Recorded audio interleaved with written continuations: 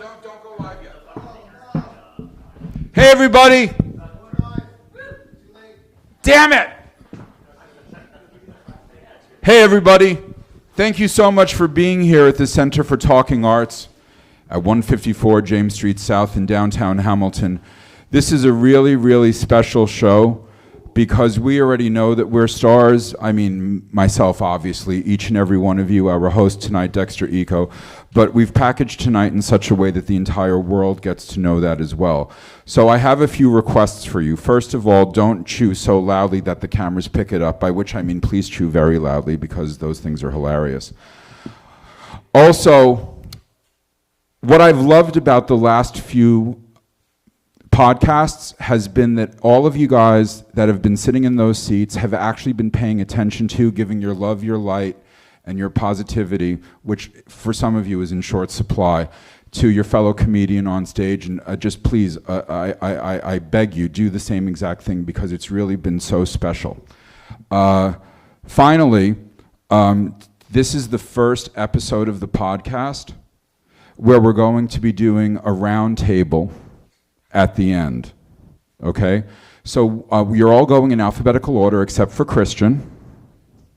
And then once you've all had a chance to go up, we're just going to take a 30-second break. Since I'm already on camera, I'll make up a commercial. I'm brilliant at that. And you'll all pile on, and Dexter has a subject to talk to you all about. It's very serious, but it's also hilarious. All right, so Dexter, when you're ready to jump up onto the stage and be the magnificent, compelling host that you are, you let me know. Ladies and gentlemen, live from downtown Hamilton, it's the weekly podcast featuring your host, Dexter Ico! Echo!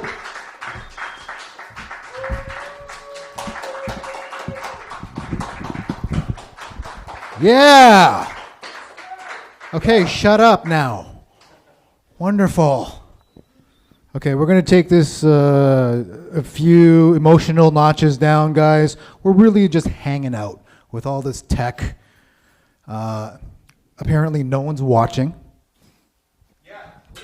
Whoa, look at that move. It's like a ninja pen throw. Leave that there.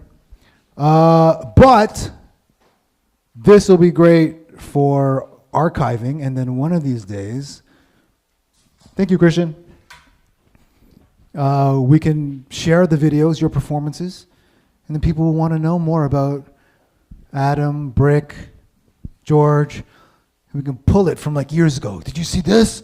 Their interviews? Yeah, you can use it against them now that they're famous, and it'll be one of these. Who likes the pressure of a full audience with eyeballs on you? Who would prefer more like just a chill hangout kind of vibe? Does that bring out the best in you? Who answers yes to that? Anyone? Kinda? Okay. I'll put on the pressure then. This is a show. This is the Center for Talking Arts, apparently. I have a bunch of stuff that I've written down, and the impulse not to follow them. I love giving unsolicited advice. It's what I'm best at. It's like, no, I'm getting older. I have to lecture people. You do as I tell you. I know, don't worry. It's just shut your mouth and just do as I say, and everything will be fine. When it comes to, I guess, self-expression with my coaching classes, it's really all about having fun. And that's hard to feel when you feel like you're being judged. And obviously, we're the best at doing that to ourselves. I am intentionally not being funny. That's going to be up to you guys and how you perform. I've let go of that pressure. I just really want to talk and waste your time for about 10 minutes and then put all the pressure on you to perform at your best. I'm snarky. That's my personality type. That's why I love it when people just listen to my words. Just take me literally for what I say, unless I'm being sarcastic. Then you gotta infer into that shit. Because I'll be in different moods. I'm just a woman that way. I don't feel like talking to you. I don't feel like looking at me. But I will meet you at 8 o'clock and you better be there. I mean that with my words. Listen to my words, not my feelings. I love you. Fuck off. And I'm too huggy, apparently. I just want, after we get to know each other, introductions, then I feel comfortable just like hugging you, and then it'll elevate to like groping you, just so you're comfortable and you feel sexy enough to take that awkwardness, like, oh, Dexter's a little too huggy, but I feel like picking up people I'm attracted to now, thanks to him. You guys smell great. Adam, Brick, you guys should just sniff each other because you're wearing some kind of magic man juice. You hear that, ladies? That's your new slang term for cologne. I smell your man juice. That can be your semen as well. Your man juice smells great. Put your man juice in my mouth. Yeah, too huggy. I'll see my friends with their family. I'll be like, hey man, what's going on? How's it going? How? The wife? Yes, how are you? I know I only met you once. How's the dog? Hug the dog. These are your kids? Hug all three of them. Oh, you coming back from the pet store? Is that a goldfish? Oh, hug the goldfish. Oh, look, you got the one with the buggy eyes. Oh, you didn't bite that way? It was normal? Oh, well, now it has buggy eyes because I hug it too much. Yeah. I hope we don't become friends. Because I love this relationship of acquaintanceship, you know? It's like there's no expectations. You have 100% of my love. The only thing we're disappointed is friendship. Like, unfortunately, I'm friends with Sean now. And he has this magical way of complimenting people with his finger. He'd be like, Dexter, you, I'm serious, you. Set the tone for a great evening. You can do that, Dexter. You. I'm like, fuck. If I didn't like this guy, if he wasn't my friend, I wouldn't take him seriously. And I just empower myself with my own words. Now I need his consolation and his admiration just to continue. So please don't be my friends. I don't want to rely on all of you to build my self-confidence. I lied. I think I'm trying to be funny to entertain you people. Yeah, women are interesting. They're emotional creatures, as you know.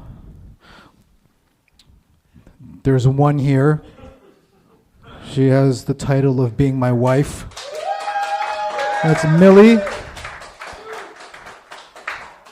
See, babe, you're appreciated. Now I can talk shit about you. So, women are emotional, we know that. Men are more logical, reasonable, intelligent. But the problem is, emotion trumps intelligence. Women love to argue because they end up being right, even though rationally it doesn't make any sense. For example, we had an argument earlier today where I'm basically pointing out my wife's flaws. She is a compulsive shopper. She bought this treadmill that she doesn't use, that's taking up the space in her living room. I'm like, babe, why'd you buy a treadmill? You didn't even ask me. She goes, well, I thought it was for my health and I can use the treadmill. Like, well, then why'd you buy the juicer? I thought you were excited about the juicer. Why didn't you use a juicer? We have 2-week-old apples and carrots in the fridge. You don't use that. She goes, well, I was going to use it. I have good intentions. I'm going to use it. And she goes, and I said, listen. She goes, well, what do you do? I'm like, well, you can't question me. I did a fast, okay, a water fast. I only drank water. I consumed water for 21 days. That's what I did. And I brought that up, and I'm like, I did a water fast. I didn't eat for 21 days. I know commitment. And she goes, yeah, but you only did it once. And I don't have a response for that. Because she's right.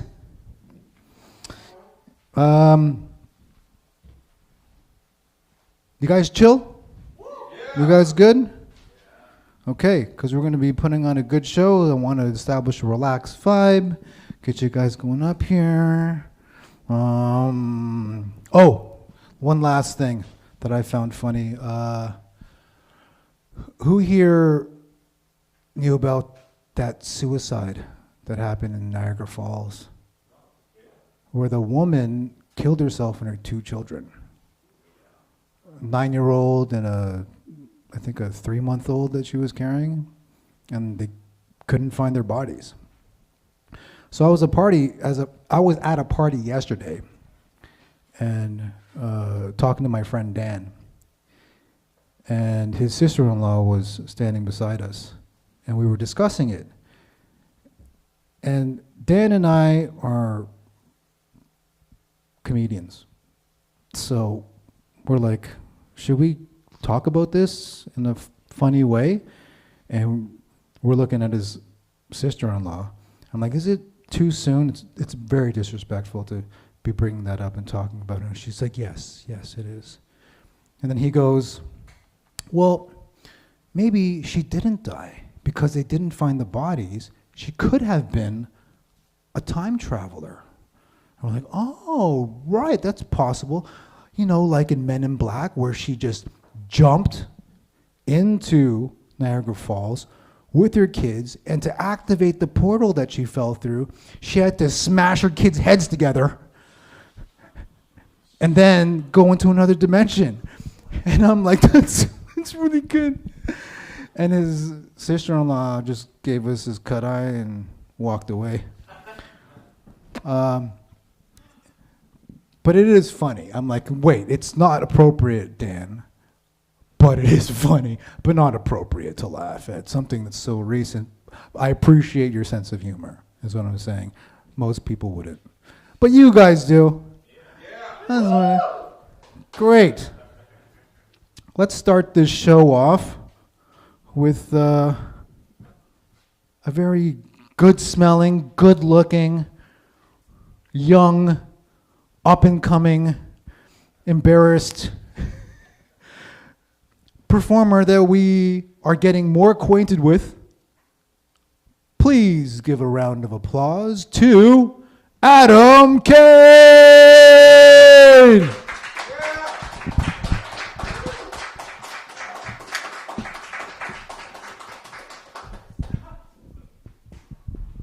What's up, guys? So since we're having a conversation today, I thought I'd ask, we are in the peaceful North, just asking if you guys had been living in the U.S., just let me hear you guys say it. Do you guys know who you guys would have been voting for tomorrow?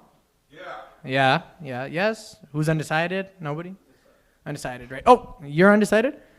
Can I ask you why you're undecided? Because I think I can get you to the other side right now.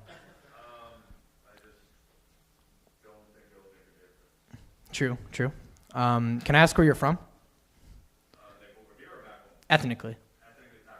Okay, very nice. Urdu, right? Yes. Okay, but still, would you consider yourself to be Punjabi? Yes. Okay, right? Yes, same region. Okay. Sorry, the reason why, guys, we're going down this long ethnic rabbit hole is because I found out today that Mr. J.D. Vance, his wife, is Indian.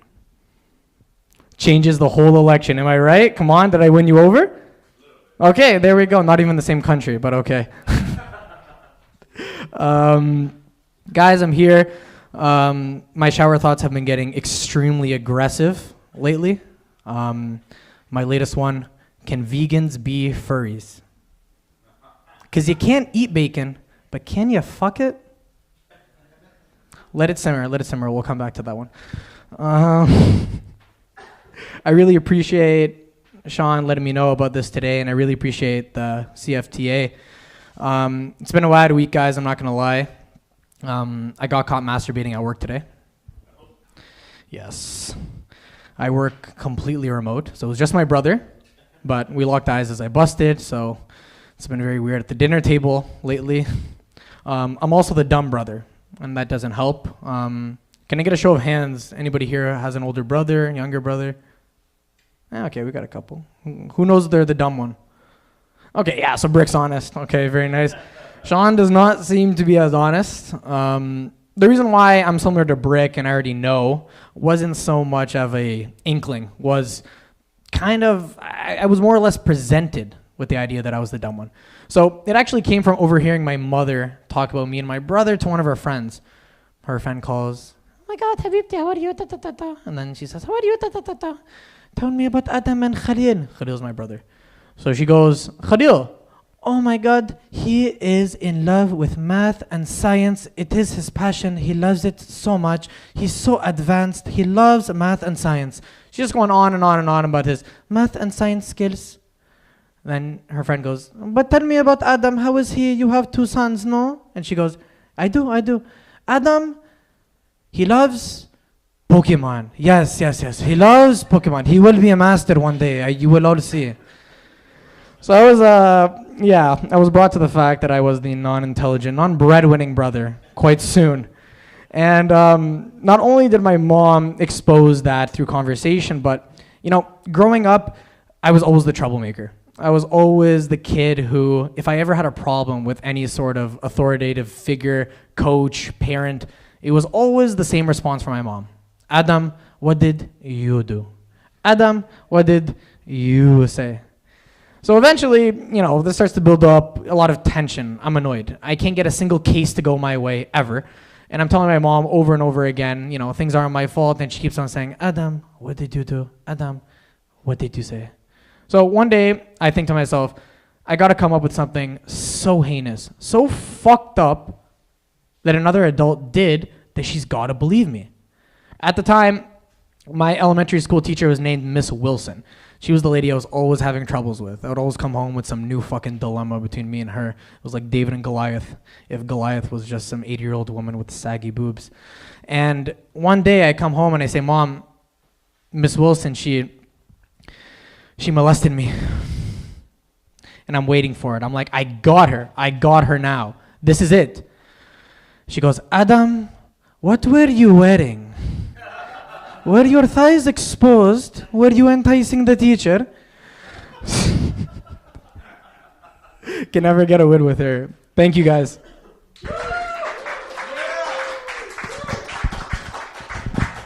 Adam, pick up the mic and bring it on to the couch, where we shall now interview you. Welcome. Talk to me, Dexter. Okay. You're 23 years old. I am. How would you describe your father? My father, He's a funny one, no? I like to say the angry one. The angry one. I like to call myself the funny one. Okay. But I don't know how to explain it. Anybody here who's had an immigrant father can understand that angry sort of bitter 40-year-old middle-aged immigrant man can kind of produce some insane comedic effects. Yes. I feel like we've seen it with Italians. We have a Pakistani in the audience. He's taken a slipper to the head before. Mm-hmm. That's why you're here today, right? He'll be performing later. Hey. So, do you have any of that anger in you? Only for comedy, maybe? It's like a very anticlimactic Hulk. You know what I mean? Like you're waiting for the green guy to come out. Yeah. And he never does. It's just the same 5'6" dude. You know what I mean? It's just so the emotion's there, but it's just I don't know, man. Like when you grow up and you see your father get mad and you see your father have such a loose temper, makes you kind of want to avoid that. You know what I mean? Oh, so maybe you act like a kryptonite to anger in general for people in rage. Are you kind of that foundation for some people, like your friends or coworkers or something? I think it was more or less when I was growing up. Like I got yelled at so much, And like I got in trouble so much when I was a kid that you just kind of get numb to it. Ah. You know, it doesn't hit you no much. You know, after like the 5th time, you know what I mean? You don't care. You'll shit in the sink whenever you want. So you have a brother, mother, and your father. Us 4. Okay. And you're the funny one. I like to think so. Are you also the black sheep you consider because you're in the arts? I am. My brother has his master's, so. Older brother? Older brother. Does he pick on you? Honestly, we're like 13 months apart, so it's not enough room to pick on me. Okay. What was a funny time as a child where you kind of deflected your dad's anger or was able to minimize it with your way of being his funny young son? So I think we were I don't know if you guys ever get like a pre-beat down. It's like where you guys you guys are told that the beating is coming, but it actually hasn't happened. Yeah, you know what I mean? Like you will see at home, but it's like, what will I see at home? It's like, you know what I mean? So I think I was given a pre-beat down. It was on the way back from Vaughan, Canada's Wonderland. So that's like 40 minutes back to Milton. So I had some time to, you know, build up a little bit of ground cover for myself. And I think by the time we got home, I think I just said so much bullshit and nonsense, he just ended up forgetting about the whole beatdown. Okay. So I saved myself from a spanking that way. But yeah, I would say probably that, like, honestly, his bullshit is the same as my bullshit. So if I ever try to be funny and try to sway him in any way, he knows where it's coming from and he can catch it from a mile away. So it doesn't work. Oh, because he sees himself in you. Exactly. Okay. You want to get into acting? I grew up loving movies. Like for me, I was always that kid where like, you know, if you were watching a movie and you were like, yo, who's that guy? He was in that one thing. I would be the guy who's like, oh, you're talking about David Cross. He was in this, he was in that. Like I could tell you any actor. I could tell you the year they played in. And I don't know, for me, it was always like kind of bullshit that if you see anybody in Toronto, like their entire goal is to become like super big and super famous. All my friends who are in ACTRA, they're just trying to reach the top. I just want a fucking credit. If I'm the dude who gets killed because Iron Man's fucking taking a deep takeoff off the ground and he gets caught in the burners, I'll burn on screen. I'll be that guy. Just give me the credit. That's all I want. Awesome. Do you have an agent? Have gone to any auditions at all? I used to be an extra. I was an extra for a lot of things. I met the dude from Harry Potter, Rupert Grint, Ron Weasley. He was here in Hamilton. Yeah, yes. He was a couple years ago. And so just the extra stuff. But then I saw how cool it would be to be an actor, and I was like, okay. Yeah. Last thing. You're 23. I'm sure you know a lot of people your age or younger who are interested in doing stand-up. 100%. So, and then at the same time, they're scared too. A lot, yeah. What advice would you give them to be here and this comfortable with how you are on stage? I think people take things personally a lot. I feel like if they don't get a laugh, they feel like it's something to do with them. Like, I think comedy is like equal parts subjective, equal parts objective. Yeah, sometimes you'll resonate more with the dude on stage because maybe he has come from the same town as you or he has the same background as you. But like, I don't know, I think 8 times out of 10, funny is funny. Like, even if you're a fucking prick, but you're funny as hell, people will still laugh. You know what I mean? Like, I hate Jerry Seinfeld. That guy's a dickhead. But I think he's hilarious. Yes, you can separate Art from the artist. Excellent. Yeah. Very wise, astute observation. A round of applause, everyone, Thanks, for guys. Adam Kane. Thank you, Dexter.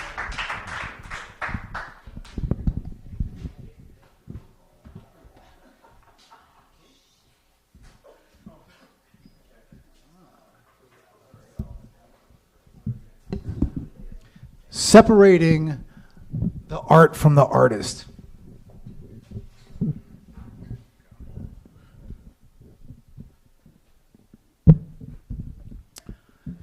I think that's important, no? Because some people, I've noticed this about pretty much every performer. The way they are on stage, even myself, is a little extra, different, not who you are in the civilian world. And let's leave it like that. For your next comedian, big round of applause for ANIL ANIL,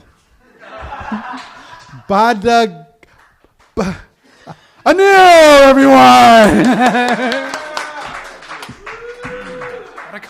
Hell yeah, he said my last name exactly how it should be said. It's like the first part, a little bit of confusion and giving up.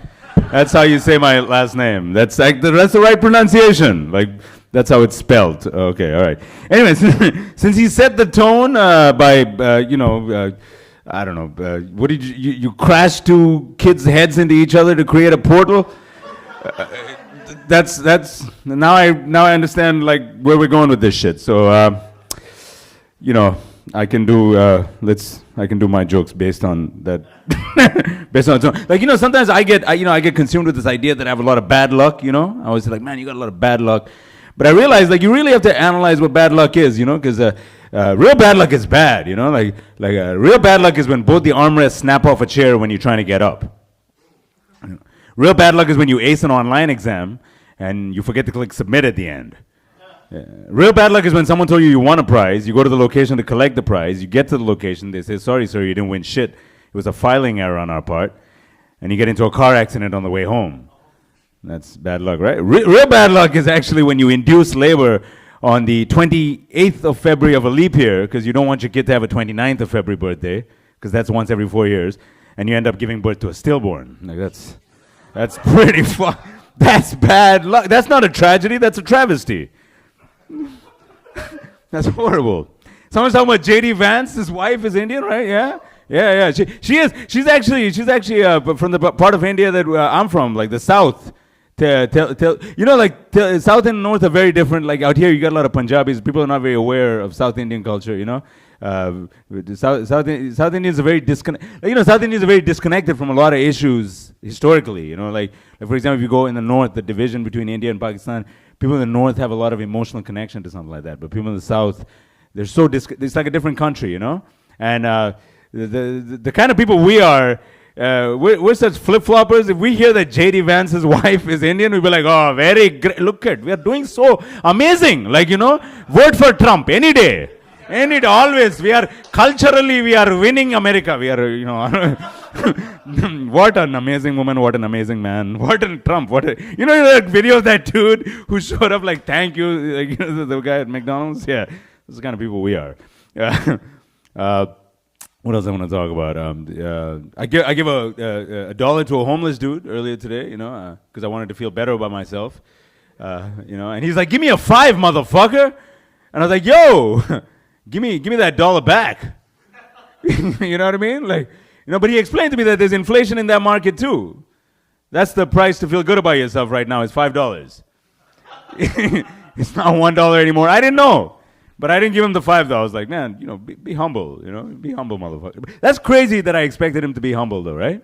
Because I think I have something to give him, That's why, because someone was talking about this. Jerry Seinfeld. You think if you admire someone's work, you don't give a shit if they're humble. Like, people always say like, oh, so what a humble. No one gives a shit. I've realized humility is such a weird concept. It's like it's an aspect of personality. It's kind of an act. You never know where the intention is when someone, We just judge based on actions. And sometimes it could be weird too. Sometimes you could be like, yo, look at this Brian, serial killer, 27 kills, 27 victims. But every time you interview him, so down to earth. So fucking humble. Never throws it in your face that he's got 27 and you've got none. Last time I talked to him, he didn't even bring up the serial killing for 2 hours. We just talked about A&W Poutine. I love Brian. How amazing. But I'm not talking shit, man. I'm not talking shit. I should be homeless. I should, yeah.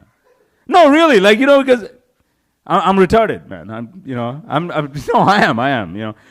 I know people get weird about that word, but let me tell you something. If you don't have all the tools in life to perform and you don't perform, you're mentally challenged, mentally disabled, or whatever. If you have all the tools and you still don't perform, you're fucking retarded.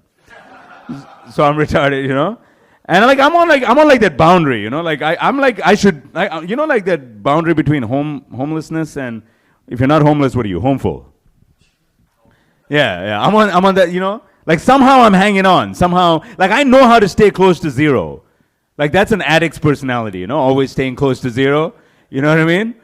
Because, you need something to believe in to stay inside your home, And I don't have much I believe in, but I believe in chicken wings. Like, I love chicken wings too much. That's what's keeping me in the game, like chicken wings. You need a paycheck for some chicken wings, right? People will be like, yo, that dude was holding on by a chicken wing, man. Yo, drums or flats? Yo, he held on by a drum, he slipped right off. Flats, at least you get 2 bones to hold on to. You could pull yourself up by a flat. Okay, all right. You guys have been absolutely amazing. Thank you so much. Yeah. ANIL BANDHAKAVI. Yes. Hell yeah. Now the porno begins.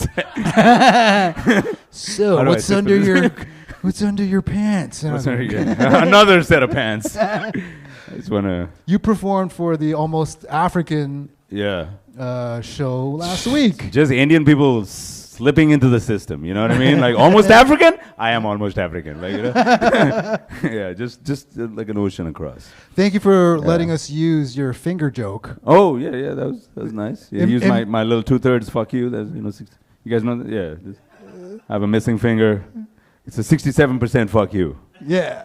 Yeah. Because the other one's ridiculous, right? Look at that. It's like that's like a 1.5 fuck you. Like, I'm not going to give this to anyone. It's like you're trying to finger someone's tonsils? Like, what? Yeah. So this is when I give, yeah. Can you tell us a quick story about how that happened? How this, when when I was a kid, I used to do this thing. I grew up in Trinidad and Tobago when I was young in the Caribbean, right? And we lived on the second floor of a 2-storied building, and there was a staircase that ran on the outside of the building to get to the top, and there was a railing right along the edge of the staircase. So I used to slide down. Kids do that all the time, right? You climb up and you slide down the rail. Mm-hmm. So you straddle the rail and slide down. So and the steps stuck out like a couple of inches on the other side, and there was like this V-shaped banister, that supported the rail. So I used to climb up. One day when I was climbing up, I got to about the 9th step, and I was talking to like a friend of mine or whatever, and I guess I kind of got distracted, so I didn't watch where my foot like landed. It didn't land properly, so I slipped. And I think instinctively I tried to hold on to the banisters, and my finger got stuck in one of those V's.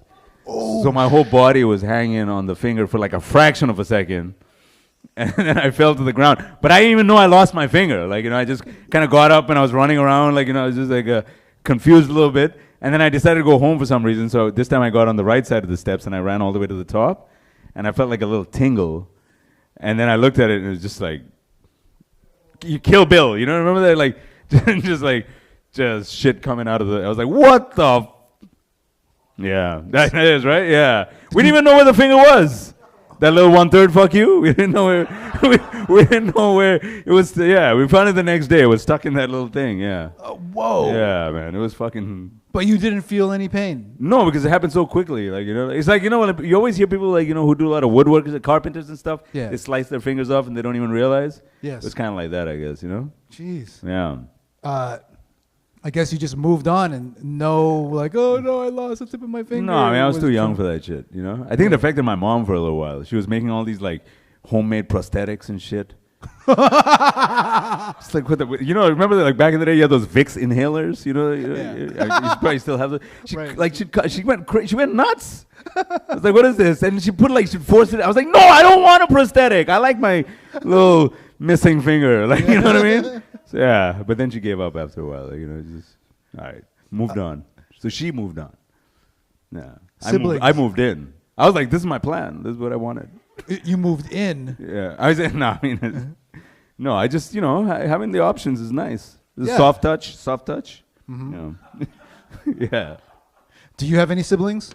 I have an older brother. Yeah, 6 years older than me. And where do you get your sense of humor from?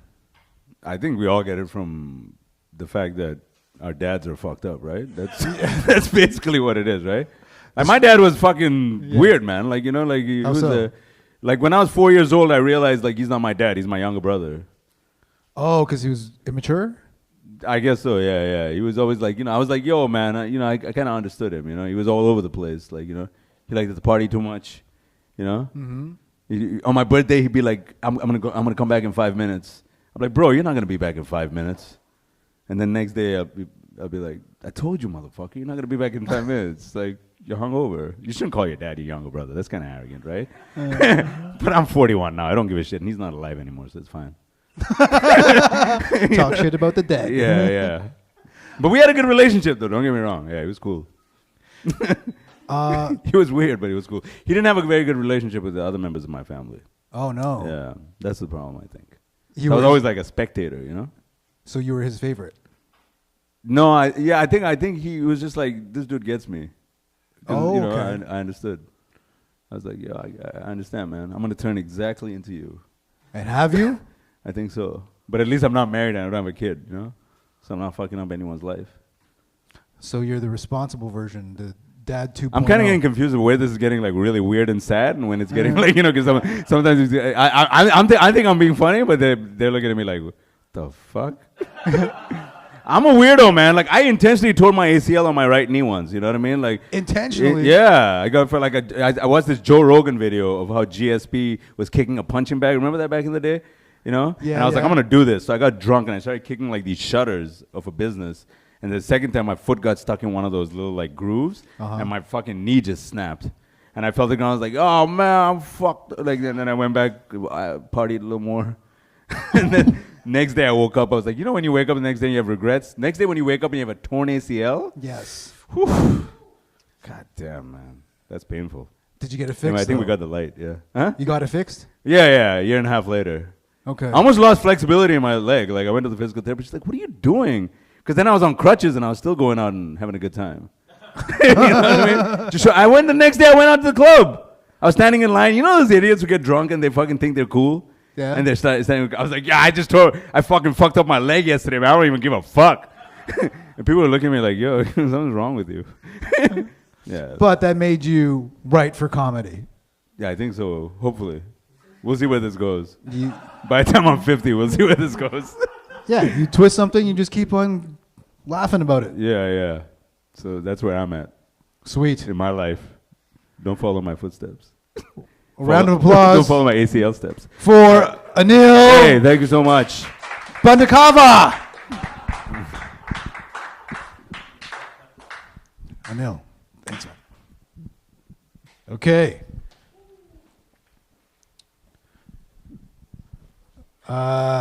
Who do we have next? That was, jeez. Sean, I apologize. Oh, Brick. Yes. 1 second.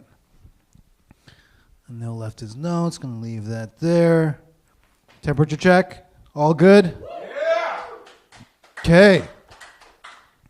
For your next performer, the man who's man enough to name himself Brick David! Thank you. See, we had to half hug because we're almost friends. Yes, welcome. Couldn't have done the show without you. Thank you. I forgot our first comedian's name. I know it just starts with an A. Adam. I was gonna definitely guess that. Adam, I wasn't certain, but I feel like you pick up dudes the same way you talk politics. Because the way you're talking to Hassan, it was like, "Which side do you lean?" I can change your opinion. You just got to get one good taste, and then you'll be on my side. Thank you guys for being here. Couldn't have done the show without you. That's not true. We could have. It just would have been a little less quiet. A little bit about the kid. I used to have a snake. In my life. I'm not talking about my ex. Don't worry about that, you know. I don't know if you guys know a lot about snakes, but they're really shitty predators. Again, not talking about the ex. Relax. I had this snake, and I fed the snake like an already dead rat. You know, I put it down in front of it, and this thing still felt the need to, like, kill it again and try to squeeze the life out of it, similar to how my ex would deal with my already broken spirit. I'm over it. It's fine, guys. We're fine. But it was scary having that snake, just because, like, as the snake gets bigger, so do the rats, and you got to worry at some point, because if the rat fights back, snake gets scared and it doesn't want to eat anymore. And not eating is something that I have no experience with, so I'm like, I wouldn't know what to do if that happened. So I read this thing where it's like, if you're worried about that happening, just take that rat in a box, shake it up, make it all dazed and confused, like that one movie, Inception. It took me days to watch it. I was very confused. But I got this rat in a box, and I shook it up, and I'm freaking out, because I'm like, I don't want to hurt this thing. I just want it to get killed in front of me while I watch. But I took it, I shook it, I whipped it at the wall, and I'm almost crying. I'm like, I'm sorry. You can't judge me. I was very young. I was like 24 or something like that. You know, I freaked out. I dumped it in the snake tank, and this fucking rat was totally fine. I wasted all of that time and all of that stress. I lost like 2 years off my life. Better than the rat, though. It lost all the years off its life, so, you know, silver lining, I guess. We'll move on from there. That one was a new one. I'm not gay, but I did Lady in the Tramp style some bacon with my dog. She's a girl. It's fine. It's not gay, obviously. Obviously, it's not gay. Love my dog very much. Let's play catch with my dog. Only problem is I throw her too hard. It's kind of a one-sided game. Love my dog very much. I called her Honey. Called her Honey Murderface is what I named her. But when you live with your family, Mom's not super down to say Murderface in a very religious household, so we just have to call her Honey. And that gets confusing at times because Mom uses the word honey as just like a blanket statement for somebody who lives here. There's plenty of times where she's like, honey, come upstairs. And I run up and I'm like, hey, Mom, you proud of your special boy? She's like, no, just trying to feed your dog. Yeah, obviously, me too. Sometimes my mom will get pissed. You know, she's like, honey, just peed on my brand new carpet. I got to run interference. Like, I'm sorry, I was drunk. It's actually my carpet now when you think about it. That's how that works. Funny little coincidence. So my dog's birthday is the same day that my girlfriend and I have our anniversary. So when that day came, I got up, went present shopping, but when I got home, I realized I'd actually forgotten to buy anything for my girlfriend. Thankfully, her and the dog have a lot of shared interests, so I was able to save my own ass. I was like, babe, these stuffed animals, they're for you. Leash and the collar, that's for us. Hey, if you're a good girl later, I'll give you a treat, you know? Maybe give you a bone. That got more chuckles than I think it deserved, but I appreciate it. Thank you, guys. Thank you, thank you. It's hard being romantical and stuff like that, you know? My girlfriend told me that I was too shallow recently. Well, she actually said that I wasn't going deep enough, but I'm fairly certain I know what she really meant. You know, it is hard dating. You know, I've heard that when people are looking for a new partner, you know, ladies want a guy with the 3 S's, like strength, stability, sensitivity. In my experience, I actually think it should be a different set of 3 S's. It's much more like sexy, successful, some other dude, like every time. I know, guys, I don't condone cheating. I don't think you should cheat on your partners, but let me just say this. If you think that you must cheat on your partners, might I recommend, cheat on your partner with somebody who has cancer. They need love too. Don't back away from me now. I don't know if you guys are reading the medical journals these days, but doctors are saying that cancer patients, well, they're sick as hell. They might not say it that way. They fuck like there's no tomorrow, though, I'll tell you that much. All right, I know I got the lights, so that's going to be my 5 minutes. Let's start this little podcast talking all about your boy. Yeah. Rick David. See. Okay. I heard from your set, you grew up religious? Yeah, I'm not anymore. I'm cool now. What religion? Catholic? I went to a Catholic school. I know there's like a million different Catholicisms, Christian, whatever. I just know I went to a Catholic school and there's Jesus all over my house. Did you go to church? Yeah, every Sunday. It sucked. It was so boring. And then what age did you stop? Somewhere in like middle of elementary school, I stopped going to church. But I remember like grade 8 is when you have to get your confirmation, which is basically like, I promise to be Catholic forever. And by that point, I knew that like I wasn't, but my mom wasn't really down for me to not do that, because then she'd have to tell our giant Spanish family, this one's a sinner. So I told her, like, I'm doing this, but I'm doing it just because there's going to be a party and people are going to give me money. Ah, smart. Yeah. How would you describe yourself in high school? Fat. Probably. A nerd, I don't know. Pretty much the same way I describe myself now. Like virgin adjacent. Virgin adjacent? Yeah, virgin adjacent. You know how it is. I haven't heard that term before. I haven't either. First time I said it right here in this moment. Okay. Nobody's ever asked me that question before. I never had to think about it. When did you get into stand-up comedy? When? November 2nd was my 1 year. So it's, I don't know, been like a year and like a day, I guess. A year and a couple days. Wow. And how was that first time performing? It was good. It actually went a lot better than I thought it was going to go. It was in Toronto at the Groove Bar, shout out. And I was pretty nervous, but one guy really thought I was funny, probably because he was drunk. And I was like, you know what? I'm playing for this one dude. And it went well, and because I got one person laughing, I'm like, well, this is my life now. Nice. Sean wrote up a bunch of stuff for me to ask you. You're very different on versus off camera. So how are you off camera? Off camera, clothed usually.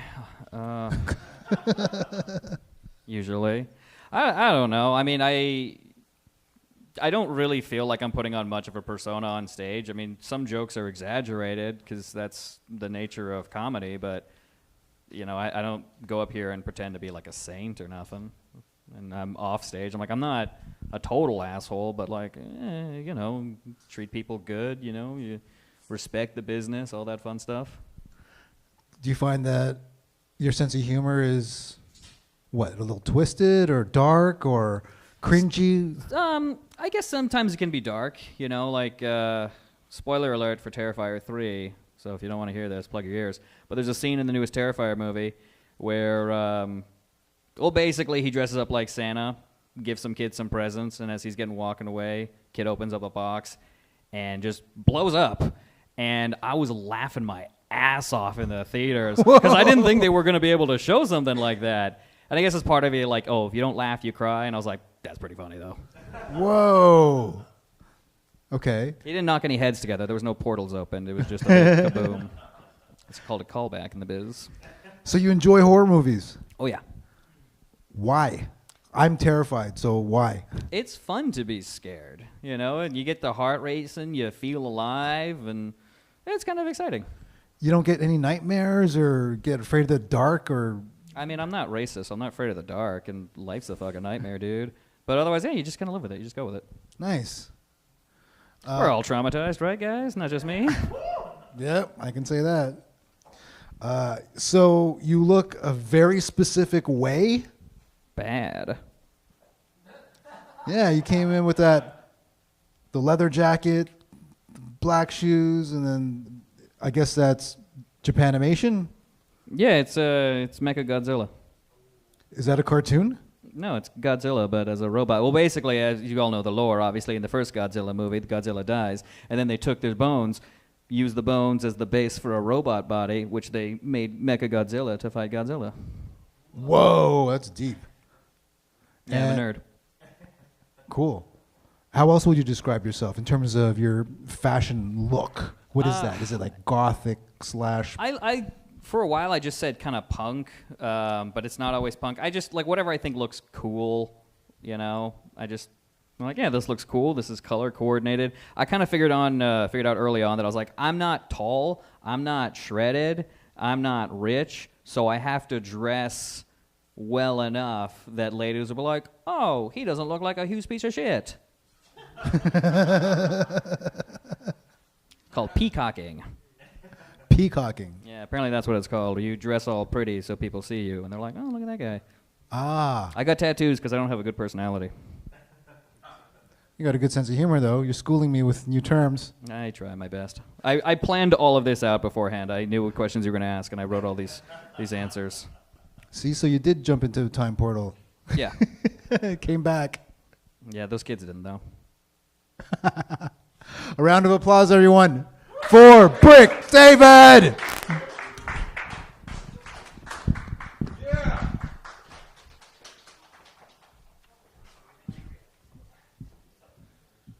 Okay. Moving right along. Your next guest has a free hug shirt. And that's the first thing I'm going to do when he gets on stage. George Anthony!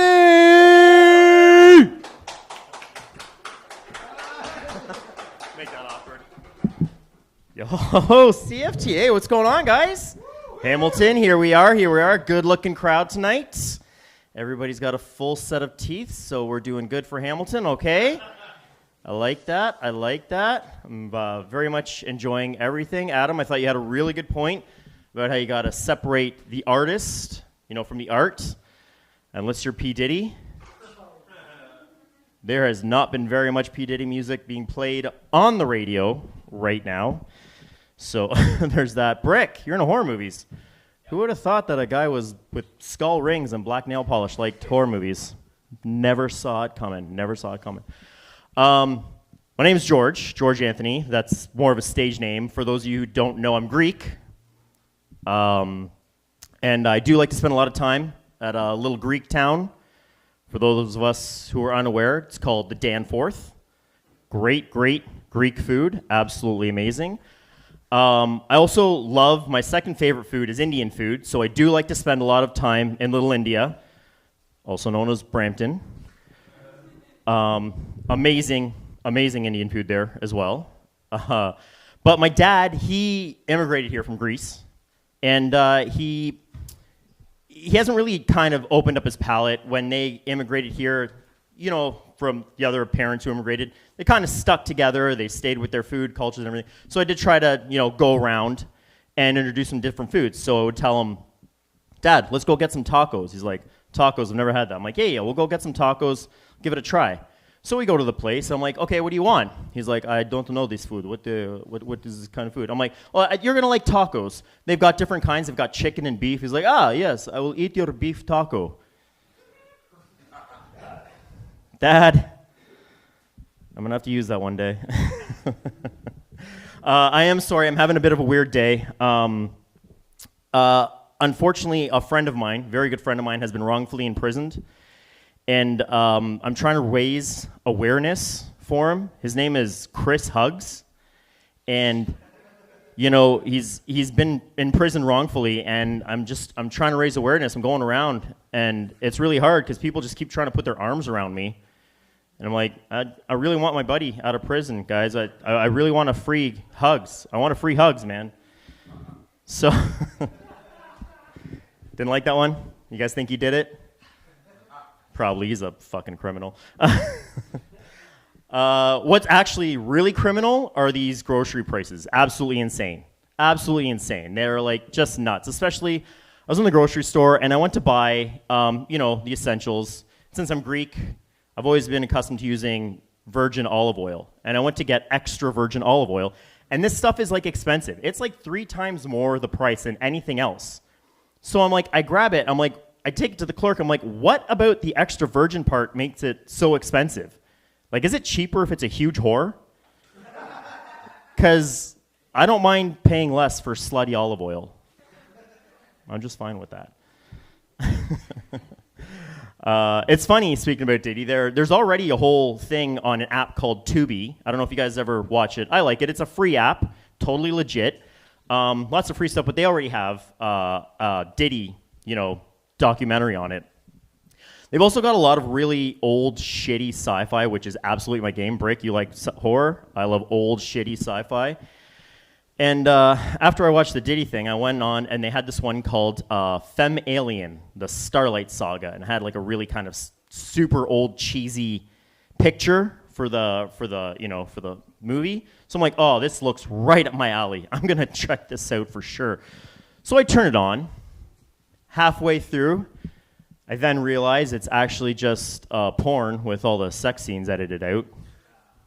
So I was like, this is stupid. So I turned it off, and I went and watched hardcore porn like a normal person.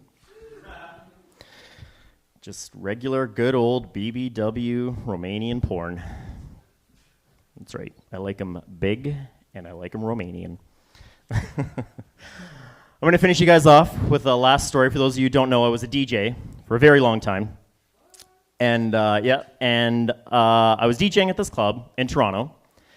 And there's this argument ensuing between a guy and his girlfriend. It's not packed, it's not dead, so you can't really hear anything, there's music, but he's clearly arguing with her, and she's a very beautiful woman, right? So this guy and his girlfriend, they're arguing, and he's like getting mad at her, he's pointing at her, he's like, yeah, and we're like, all right, let's go over. We'll see if we can calm this down before it turns into an actual big issue. So we go over. We're like, hey, buddy, you know, maybe calm it down a little bit. I know it sucks. Your girl, she's being very flirty with all these guys, and that's why he's so mad. And she's flirting, and she's dancing with them, and flirting and dancing. So that's why he's so mad. And we're like, you know, I know it sucks that she's flirting, but let's calm it down. It's no reason to kind of, you know, start any kind of issues. And he's like, what are you talking about? That's my mom. All right, you go about your day, sir. Give your mom my number.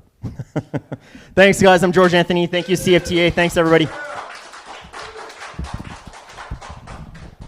It's couch time. Sit down, George Anthony. I will take a load off. Oh, I never really put a load on to begin with, but. So, how many careers have you had? You were a DJ? Yes.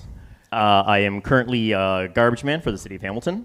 Oh, nice. Yes. How long have you been doing that for? I'm doing that about 9 years. I'm a touch on the older side. So there was overlap with that. I was in the restaurant industry kind of my entire life. I was training a little bit to become a fitness trainer, and I fell into doing the garbage thing because it's a very good job. So I decided to do that instead of DJing. And it actually gave me, more to the point, it gave me the opportunity to leave DJing because I had done that for like 25 years, and I really started to hate it at the end. I remember we had a conversation about this. Yeah. But the restaurant thing, you grew up in the restaurant industry? Yep. That's, Because your parents had a restaurant. Yep, because we're Greek, and that's what Greek parents did. We had restaurants. I can attest to that because I grew up with Greek friends who had a family restaurant. Yes. So you naturally know how to cook. Yeah, and I love to cook, but yes, I do very much so love to cook. So. Okay. How old were you when you started working at the family restaurant? Like right at 10? Yeah, around there. I think I could hold a dish at around 9 years old, so that's when we started making me wash them. It's just a 9-year-old dishwasher. But that's pretty much how it is in Greek restaurants, so, you know, don't cry for me. And then what got you into DJing? My dad, actually, he needed, he was running like a banquet hall years later, and there was a lot of people that kind of needed DJs for very small groups of people, like 40, 50 people. They couldn't justify paying ridiculous amounts of money for like, you know, $1,800, $2,000 for a DJ when, you know, people probably weren't even going to stay and dance, but they still feel like they needed a DJ. So he went and bought out like a stack of like an actual DJ set of music, which you could buy like back then.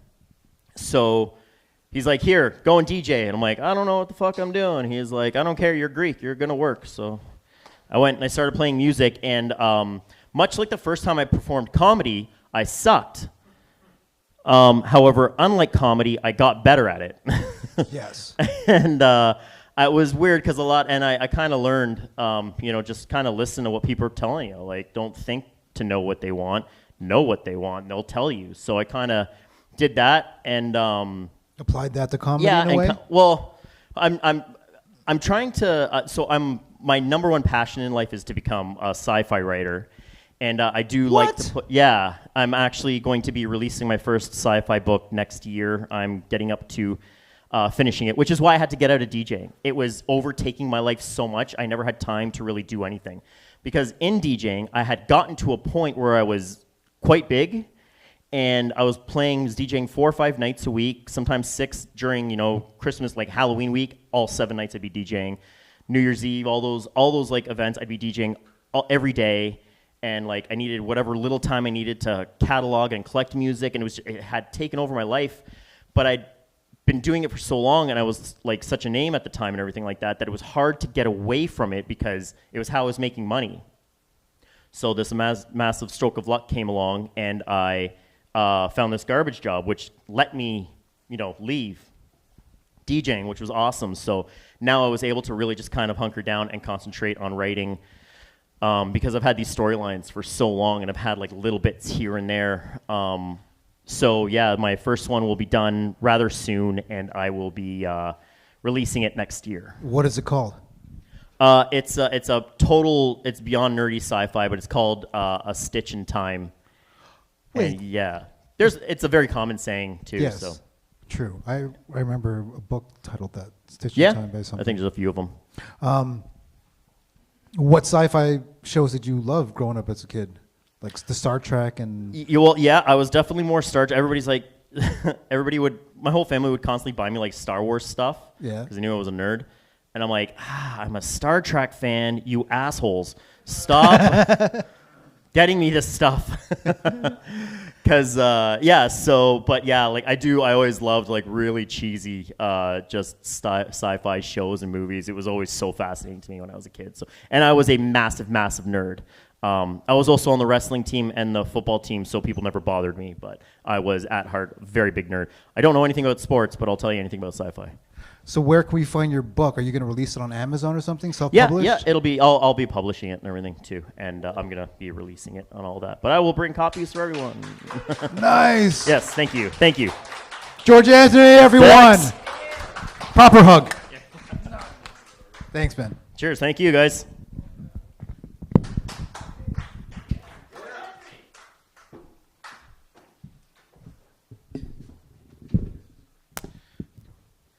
Rolling right along. You ready, Hassan? So, yeah, I love that. I love how, I think you're the best example in my head of separating the artist from the art.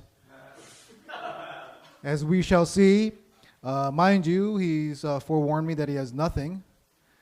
And so anything that comes out of his mouth obviously is going to be magic. Round of applause for Hassan Chaudhry!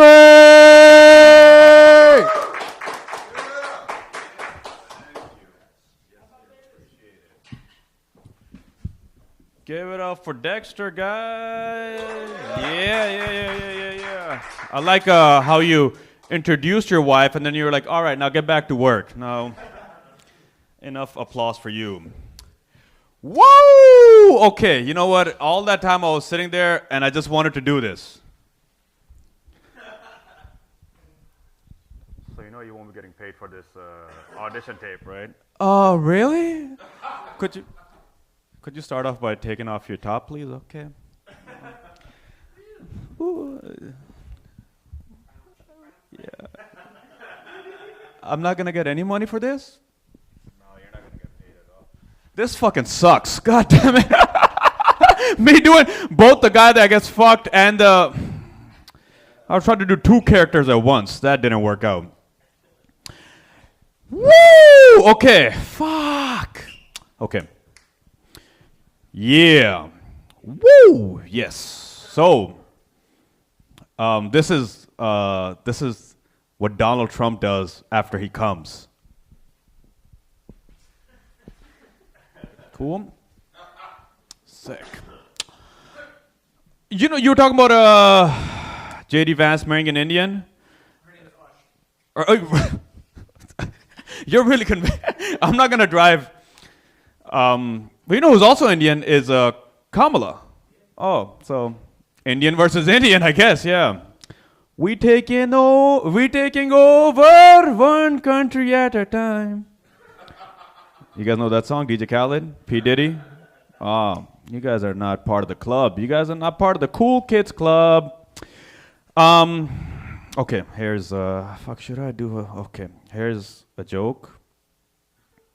Yeah, okay. I love it when my friends lose a job. Because now I have a friend that's available all the time. Like he's like, oh man, fuck, I lost my job, and I'm like, really? Yes, fuck.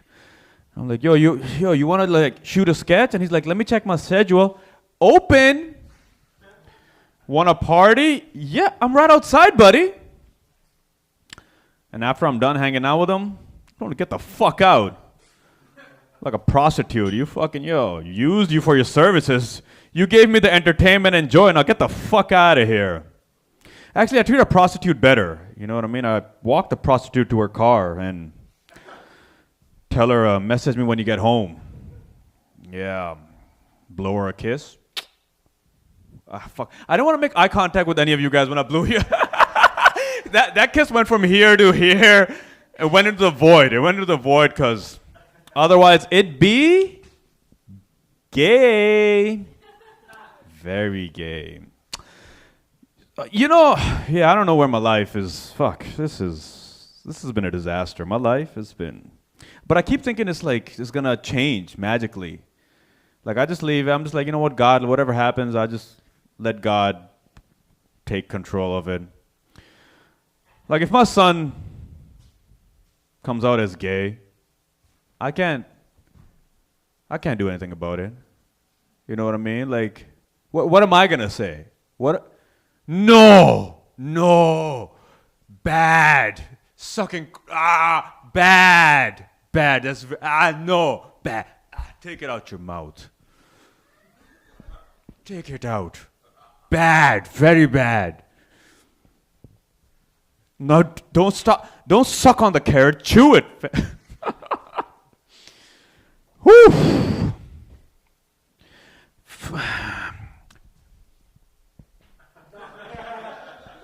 Okay, here's another last joke. So oh yeah, this is it, man. This is the moment. This is the moment you guys have been waiting for. All right, guys, get ready. Hey, hey, hey, hey, hey, hey, hey. Ah, ha, ha, ha, ha, ha. Oh, ho, ho, ho, ho, ho. Ha, da, da, ha. I was teaching my white friend to sing, and then he was singing along. He's like, hey, hey, hey, hey, hey, hey, ho, ho, ho, ho, ho, ho. And I was like, yo, John, this isn't Christmas. This is Diwali.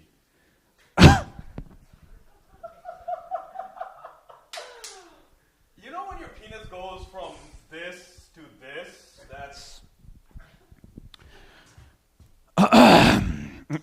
Yo. Yeah, fuck. Okay, the lights come twice. This felt bad, particularly because I tried for comics. And you know what? Fuck you guys. I shouldn't have tried. Well, that's that. That's that. Clap if you want to. No, don't clap. No, don't clap. I don't deserve it. Yay. Now the job interview. Can I first give out a shout out to Sean? He looks like a poet that in Gotham City. He does. Hassan. Yes, Dexter. So, we meet the real artist outside from the performer. Yeah, sure. Fuck. I guess that's why you don't like hosting. Yeah, well, hosting also, you gotta give it up for. You gotta do that 19,000 times. Yeah. And you're like, and then when you know the next guy sucks, you're like, oh, fucking, this guy sucks. Just listen to him if you want to. Sorry, guys. No, none of you guys in here. It's the people that are not on the show. Yes. Fuck, I'm coming across like an asshole. Because you are. It's okay. We all are. It's all right, right? Fuck. So own it. Yeah, good call. There you go. Fuck you, Dexter. Okay. What an asshole. Fucking asshole. Okay. So, comedy, when did you start? Oh, shit. You're going to make me cry. It's a very personal question. Yeah. 2016. Okay. Yeah. Where was your first performance? Calgary. Are you from Alberta? No, I went through a big depression phase there.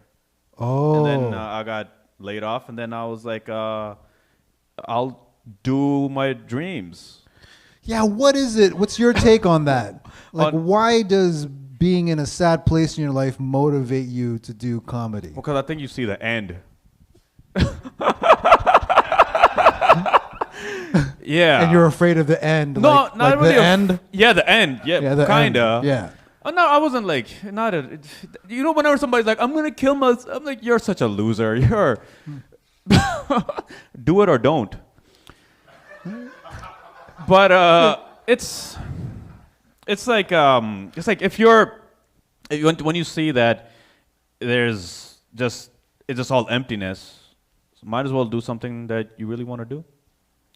And I don't know why I wanted to do this. This is it's been sad. Is there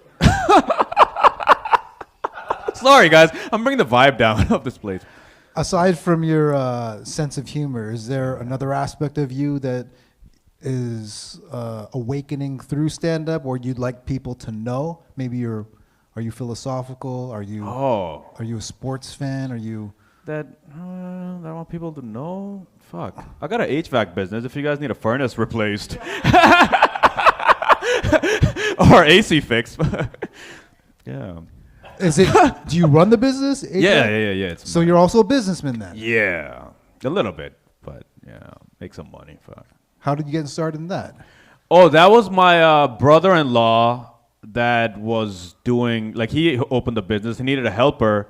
And when I got laid off in Calgary, I came back here.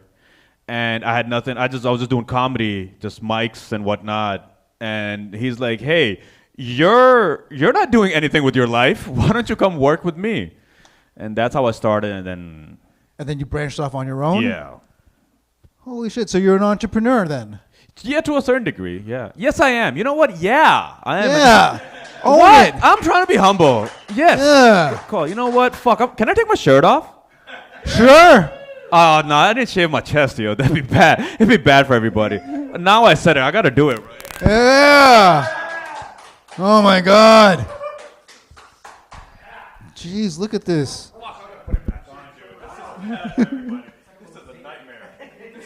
It's sexy. Dance. Dance, Hassan. Dance. Yes, you are prostituting yourself. This is... Pakistani bird crusher. Okay, so you're not gay. Nah. You can ask Sean. He's tried 9,000 times. Can you blame him with the with that that chest? chest hair of testosterone coming out? Yeah. The carpet. So in the HVAC world, what's something that we wouldn't know that would be useful to know? Useful? Well, I don't know about useful, but man, people are fucking just annoying. Like, they want the cheapest price, and they'll like squeeze. Like, it's like your life is getting sucked out a bit, you know, and it doesn't feel good. Secret you wanted to know? Fuck. Okay, cool. Change your filter on time. Oh, yeah? That's it. Yes. Or if you have a furnace. If you guys have a home. Yes. Fuck. I'm getting heckled by the guy that loves Jerry Seinfeld. I'm getting. Are you this way around customers? Like, are you? No, I don't tell cracking them about jokes? comedy. A little bit, but I don't really tell them about comedy and whatnot. Because then they would look at my things and they'd be like, "What is this guy saying?" Like, yeah, murder and all that. And last question, where do you want to take your stand-up? To the big theater near you. Because That's the goal. Fuck. Shit. you're spontaneous. I guess your approach is you want the audience to feel cringe and then discover the laughter from the cringe. I guess that's been the method that has come about. And, Yeah. yeah. I didn't plan on this. It just happened. And you're sticking to it. Well, I don't know any other way. Like, I don't. Otherwise, I feel like I'm trying to be somebody else that I'm not. And yeah, that just then. The worst thing is like when you bomb, and then you're like, oh, I didn't bomb on my terms. Interesting. Yeah, I don't mind bombing on my terms, and then whatever. But if I didn't bomb it, I tried hard and whatnot, and then I'm like, oh fuck, like then you feel like a real retard. Yeah. Don't feel like Besides a fake retard, yeah. okay. Well, Why did I get awkward on that? that's what you love, though. You love Yes. awkward and cringe. To a certain degree. I like laughter too. That's We'll end on awkward. Okay. Well, shit. Can we? Fuck. Yeah, that's. Is there a last word? No. Okay, let's. One thing about Sean. Yo, Yeah. Sean looks like an artist in Kandahar, no? Kandahar. Yeah. Kabul? Afghanistan? An artist, I wouldn't know the references to associate his image. I guess so. I'll just agree. Anything you say as long as tonight's tonight. I guess tonight I have to blow Sean. Fuck. No, that's not. Yay, the blowing Sean! Not gonna happen, but I'll get the fuck off the stage. Thanks, guys. Thank you for paying attention. I appreciate it. Thank you, Hassan Chaudhry! Woo!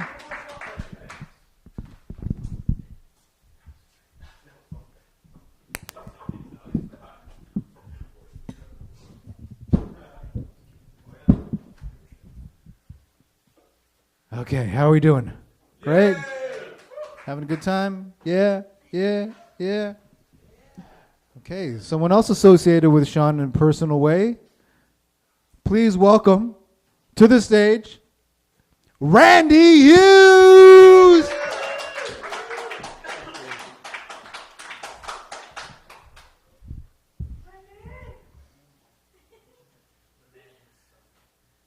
to be organized. Need a map coordinates for my stuff. Go off-road, you know where you are half the time. I've got PTSD. I ran into a woman who rejected me and laid me within 16 hours. And who says women have no decision-making powers, right? How much do you have to hate yourself to fuck someone on a concrete floor? There was a copy of Bleak House on the floor, like literary feng shui. You know, I'm sitting there going, you finally figure out you meet someone you like, and then, you know, it goes south like that, and I acted like a woman, and she was the man, obviously. I was treated like a product to be reshelved at a logistics warehouse, essentially. You know that book John Gray wrote years ago, Fuck, Men Are From Mars, Women Are From Venus? Yeah. We're separated way more than a mere solar system. You know, I started to think that women and China have a lot in common. Both hack into your emails. Both like to live under the guise of capitalism. They believe in keeping you occupied in some mind-numbing chore to give you like a make-work project so one day you'll achieve utopia. You know, so I clearly have a lot of time on my hands considering these. And these actually happen. This isn't like, oh, I'm going to sound so cool by talking about some lady who rejected me in Hamilton, because Hamilton's not exactly a romantic place to tell that kind of story, is it? So I was doing this. What's more embarrassing, saying deep dive or actually going on a deep dive, right? These words we use today. So I was doing research on things that I hate because I have a lot of time in my hand because I'm in transition, which means unemployed. Asian pop bands. Do you know about Johnny Katsuwama? He's like the Simon Cowell of Asia, okay? He manufactures boy bands, dance crews, gymnastics, and what have you. This is unfucking-believable, this guy. He takes them on salary, okay? I mean, pedophiles in North America are so short-sighted. They just fuck him and leave. They're unimaginative. They're myopic. We're behind the Asians again. So I heard that song Imagine Again by John Lennon, which I fucking hate. I'm sorry, I fucking hate it. I know you're supposed to love that song because I fucking hate it. Does anyone like that song? You probably all like it, right? Because you heard it so goddamn much, you're in cocaine. You don't like it. I fucking hate that goddamn song. I mean, the Beatles, yeah, I love worship the Beatles, but solo John Lennon, how do you go from Day Tripper to starting over? You know why? Because he's pussy whipped by that fucking Yoko. She should be up on war crimes against music. You know, maybe Mark David Chapman just needed to be asked, do you like his solo material? Maybe he made a judgment call. It's not dated statute limitations on hate. I meant to say it's not dated. Therefore, there's no statute of limitations on hate. This is like a fucking workshop, right? So we can all gratify in the knowledge that we're doing something artistic on ourselves in a fucking basement on a Monday night. Right. Is everyone was upset about Dave Grohl cheating on his wife? I don't care about that. Who gives a shit what some guy does? I don't care. What upsets me more about that guy, he's the nicest guy in the world. I hate the music, but I like the guy. It's like the art and the artist again, right? It's the same thing. You know, did you watch Sonic Highways? It was great. Fantastic documentary, right? Like I said, I hate his music. I consider punk like a musical snuff film. Punkers have a code like an Appalachian blood feud where somebody fucks somebody's wife.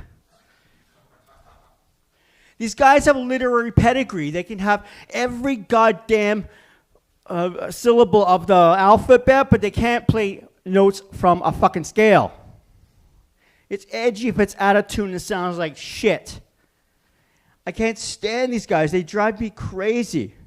I mean, the ones I want to talk to are the music I hate, and the music I love, I don't want to talk to them because I love progressive rock. I don't want to hear about hobgoblins and fairies and shit. John Anderson jumping up and down with a fucking tambourine like a half a fag. I don't give a shit. I'd rather hear Kurt Cobain talk, but I hate the fucking music and I want to kill myself hearing it. Which I don't know what's more upsetting about that. Thinking about Kurt Cobain who's dead, or I feel like dead, or my relationships are dead. And women walk around looking at me when I ask them out and lay them. And then they see me and they act like I'm dead. Thank you.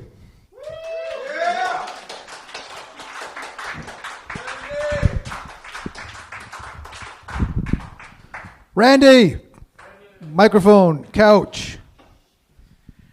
Giving orders. Usually I only take orders from hot women, but I'm going to make an exception today because this is part of our career, right? We'll pretend you're gay. I could be like, I don't have to pretend it, okay? I act gay all the time. I'm just not gay in the practical application sense. May I ask? So fucking pretentious, eh? I am. I'm so pretentious. I swear to God. Yeah, we love you for All it. these big. Well, he admits I'm pretentious. You're supposed to say, no, Randy, you know, I got a cramp in my fucking leg. My whole life is cursed. I get up in the middle of a shitty recital in high school playing the faggot clarinet and say, you're destroying the music, Randy. No, I got a cramp in my fucking leg. Or I hate this shit because I hate sucking on an instrument like I'm half a fag. I really have a cramp. I'm getting old. I'm like the Bobby Orr of the cleaning.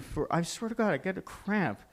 Right I now, get lots okay. of cramps in my Well, fucking knees, my legs, my fucking ankles, and I'm still fat. How does that work? You spend 8 hours a night for 5 fucking years at a job, and you're still goddamn fat. It's probably all the donuts I eat.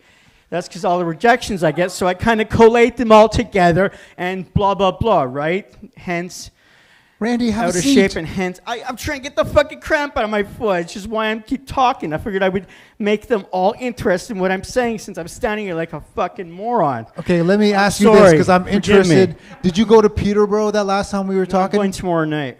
Oh, and you're okay. It's an open mic. It's a ridiculous open, and these never go well. Music open mics, the worst, right? You get chicken wings. They're going to talk to each other. And if they hear the word fuck, they're going to turn on, oh my God, even though the rest of the time they didn't hear a word you said, okay? The worst. Open music nights are worst. Sorry. Sean, Forgive me. He asked me a bunch of questions. Yeah, Sean is very organized, isn't he? he is. He's great. He's And kind of helped me scary, out. though, isn't he? And he's Do you said, find him scary? Because I do. yeah, that's a part of that makes him interesting. See? That makes him interesting. Talk about It's interesting, yeah. your monthly show. Where's that again? Iron Horse Resto Bar. And At the other end of the, where all the crack kids meet, the nexus of crack white trash whores, in Strathern and Barton near Freshkill and Coca-Cola plant there. So how is it being a performer and a producer for your show? Well, I keep hoping to get laid. I like that area. I like white trash whores. I'm not upset at them. I truly like them, okay? I'm not even making that up. No judgment calls. What do you love about white trash whores? I just love the fact that their commitment, they have a commitment to their narcotic. They're going to go down with their high. I love it. Oh, And there's a lot of really good-looking ones in this town, too. This town, I've lived in Edmonton, Montreal, Toronto, Kitchener, St. Catharines. This town has the hottest white trash whores, okay? I swear to fucking God, I actually fell in love with one here. But I swear to God, I still have a fucking cramp. I'm sorry, forgive me. No problem. Keep standing. I just can't stand this fucking... I got new shoes and everything, and I got new glasses, and my pants are falling down. I just can't fucking exist in this fucking nightmare. Okay. I'm sorry. No, don't apologize. It just doesn't stop with the cramps.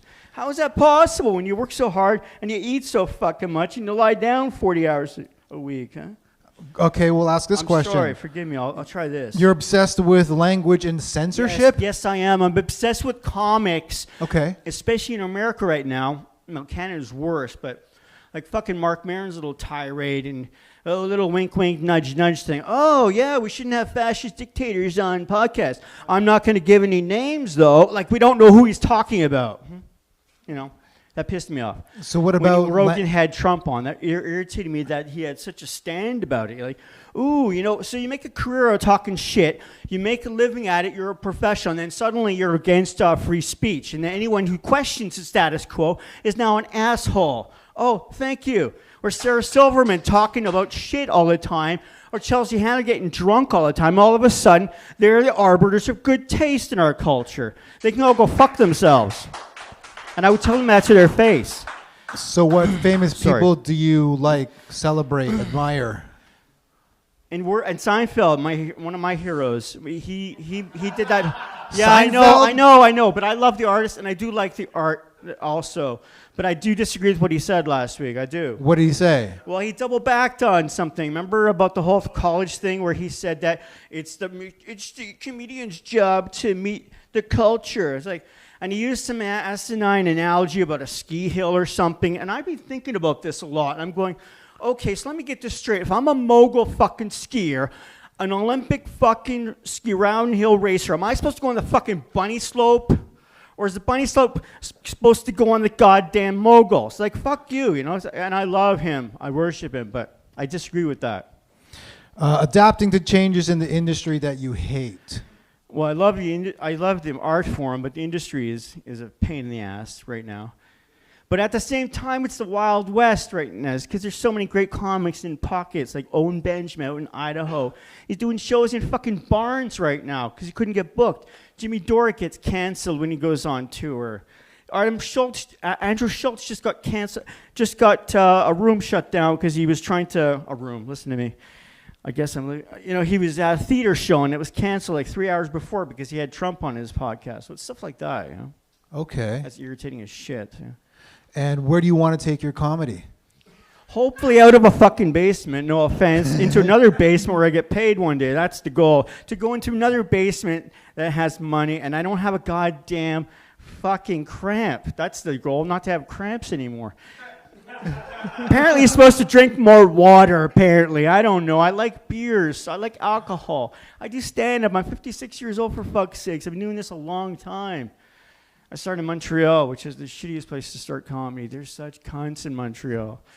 Mm-hmm. No, they are. They're total cunts. The food's awesome. The women are beautiful. But they're all a bunch of socialist pigs. And Ontario, they're all a bunch of capitalist pigs. And being in Montreal is like being at a party. Being in Ontario is like having to go to work at morning on Monday. Okay, last question. Sure. What advice would you give people who don't like cringe comedy? Because they can go fuck themselves and go to watch the Disney Plus channel, which they're even censoring now. Even fucking Disney is censoring their own thing. They're saying that the princess is not part of our brand image anymore. Their whole fucking modus operandi was to inculcate little girls into thinking they could be a fucking princess. Okay. So fuck them. Can you paraphrase "Go fuck yourself"? I don't. Beyond "Go fuck yourself" pretty much states by itself. I think. Yeah. Okay. It's such a great way to end, isn't it? Go fuck yourself. It is. I love you. You know that. Oh, I love you too, Randy. Round of applause for Randy Yu.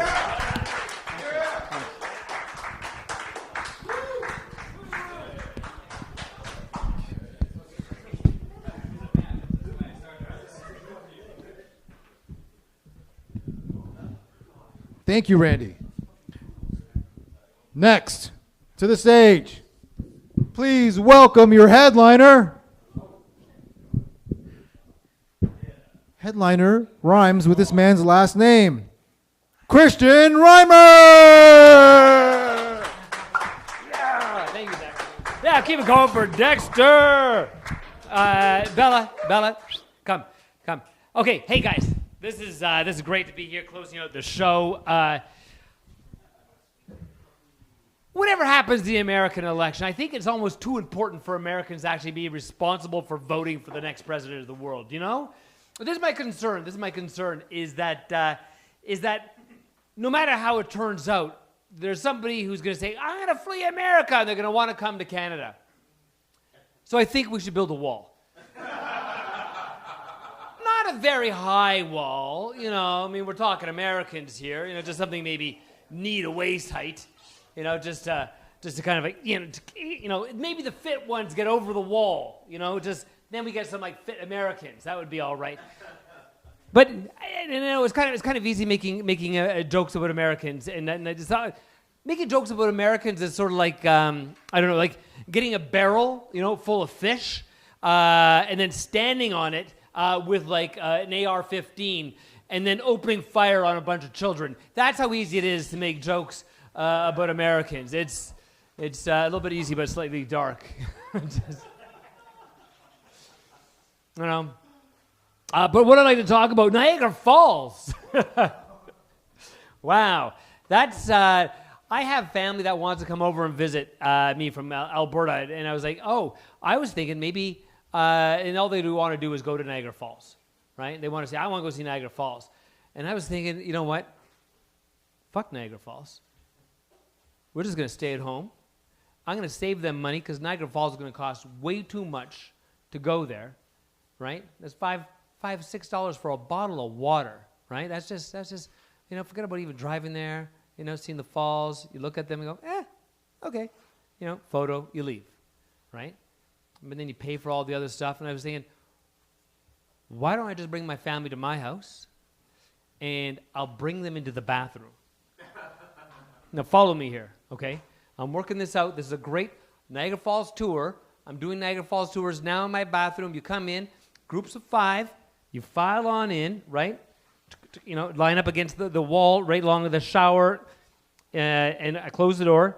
And if you're way in the back, like by the toilet, I call that the American Falls experience because you're not going to see everything as beautifully.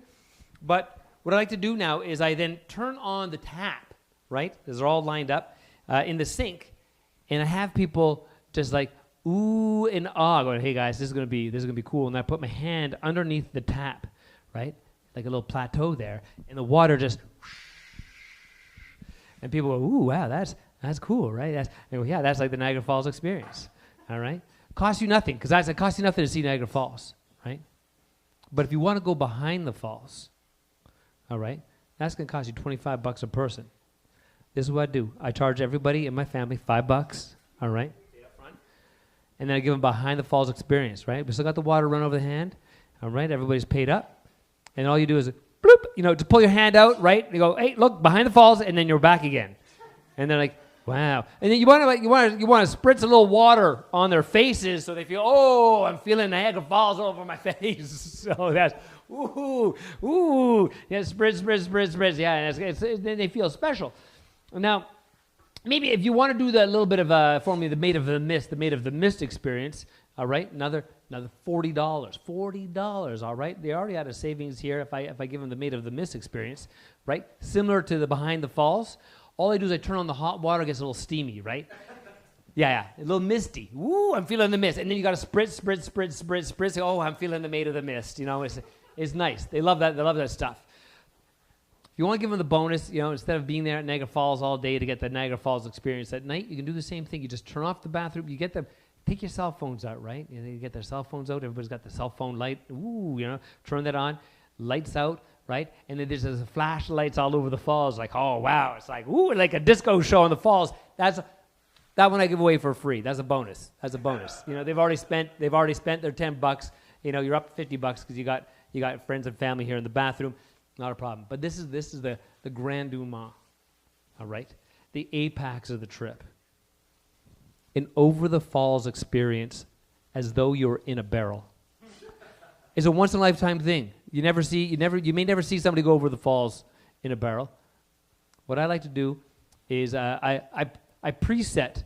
You could use anything. You could use a cork, right, or maybe a thimble or something like this. I like to get an old olive, right? Because an old olive is like with the pimento in there, right? Because it's sort of it looks like there's a person in a barrel, you know.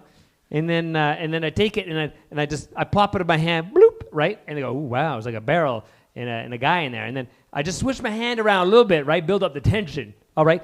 Now, what you want to do at this point is, because they're getting excited, is you want to collect the money, all right? Just have them put it in your pocket, you know, like you're a Niagara Falls stripper, right? And that's almost like a stripper experience. And then and now you got the, you're building up the tension. And then at the same time, you want to just spritz a little water on their face so they still feel like they're getting, I'm on the miss. I don't know what's happening. It's great, right? They're all excited. They're titillated. And then just then, bloop, you drop the olive into the bottom of the sink. You watch it roll around a little bit, and they're like, ooh, wow. And then you squish it into the drain to show them that nobody survives going over the falls. So you guys can start your own business. I've just given you this great gift and opportunity. Please, I want everybody to send $25 to me now for the thousands that you'll make on your own with your friends and family. Thank you very much. I'm your tour guide, KRISTIan Reimer. I'll now make my way over to the couch. Oh, this is so homey. It's like we got a couch. I was going to do my J.D. Vance impersonation with the couch, but I thought I'll hold off. I'll leave the cushions because they're attached. KRISTIan Reimer. Yeah, this is my manager and agent, Bella. Hi. Yeah, okay. Strong silent type. Welcome. How you doing, Dex? I'm glad we're sharing a couch together, my friend. Yeah. So you're from Alberta. I am. I'm a Calgary expat. Yeah, that's right. When did you come to Toronto? A long or Ontario time ago. Yeah. Originally, I moved to Toronto. Yes. My parent, when I moved to Toronto, my parents were like, "Oh, why are you moving out to Ontario, to Toronto? What are you going to be, one of them liberals?" You know, because, well, that's not what they said. They said, "What are you going to be, one of them liberal fags?" I'm like, whoa. No, they didn't say that either. They didn't say the word liberal. What did bring... So... You did improv back in Calgary. Yeah, I did improv. At the world famous, you guys never heard of it because it's Canadian, Loose Moose Theatre in Calgary. It was founded by a guy named Keith Johnstone. It's where they created short form improv as part of that improv company in the 90s and early 2000s, and it's still one of the great sandboxes of improv. If you guys are looking for an improv experience, I recommend check out the Loose Moose. If you're in Calgary, go there. It's a great night. They do shows only 3 nights a week. Sometimes they got bonus shows, but it's a lot of, you know who came out of the Loose Moose is like who? Bruce McCullough and Mark McKinney of Kids in the Hall. Yes. Albert Howell, Canadian sitcom writer, and Ryan Belville, stand-up comedian writer, Levi McDougall. Mm-hmm. These are just some of the folks that are. It's a great place. It's a versatile tool, improv, for many facets of comedy and theater. So did you do improv and then stand-up? Like, how did you make the leap? Why did you make the leap? Yeah, no. This is the thing is with improv, you could do it solo, but how low? Solo. Which was a terrible name when they did that in the movie, and they said, "What's your name?" And he's looking around, solo, because he's traveling solo. Did that not piss you off? And you say, "Okay, give me my money back." I wrote a sternly written letter. I've still yet to get the check in the mail, but it was this. I moved to Toronto because I thought, you know what? I have $20,000. Why don't I just waste it going to Humber College of Comedy? And I never got that money back. But I'm giving you guys this information for free, so I'm saving you $20,000. I loved Humber. If anybody's watching from Humber, no, I did, because it gives me an insurance discount with TD to say that I'm Humber alumni. And the thing was, when doing stand-up, it was I couldn't. There was not an opportunity to do improv one night. It was like, oh shit, I'd like to be performing. And so I went to a place that was called Spirits Bar and Grill. It was on Church Street. Yeah. Yeah. And Joanna Downey, Yes, who passed away. God rest her soul, Yes. was doing stand-up. I only lived nearby there. So she put me on for the first time doing stand-up. And it was like, oh, immediate, like just the gratification of like all the excitement. It was like better than like 10 likes on Facebook. You know what I mean? Yes. It was like, wow. And how'd you do? Oh, I thought I killed. Nice. That was at least how I thought. I mean, at that time, it was my first time doing stand-up. So just in case I was bombing, I bought it with like charts and stuff like that. You know, going, like I pulled them out of my pocket going, oh, this joke because it was 10% the audience and 5% the comedian and like other circumstances. You know, I was like, it was a very early quick prop comic. And I had like 4 charts that I pulled out for every joke, which I didn't think they were going to work. But it somehow, it came across. And then how'd you arrive to Hamilton? The Go Bus. You live in Toronto? No. I live in Hamilton now. I came here like about 9 years ago. I had a girlfriend who was saying, we should buy a house and live in Hamilton. And I was like, yeah, that sounds good because I wanted a girlfriend. And and then I got a house here and then she broke up with me and now I got a house and no girlfriend. I'm like, shit.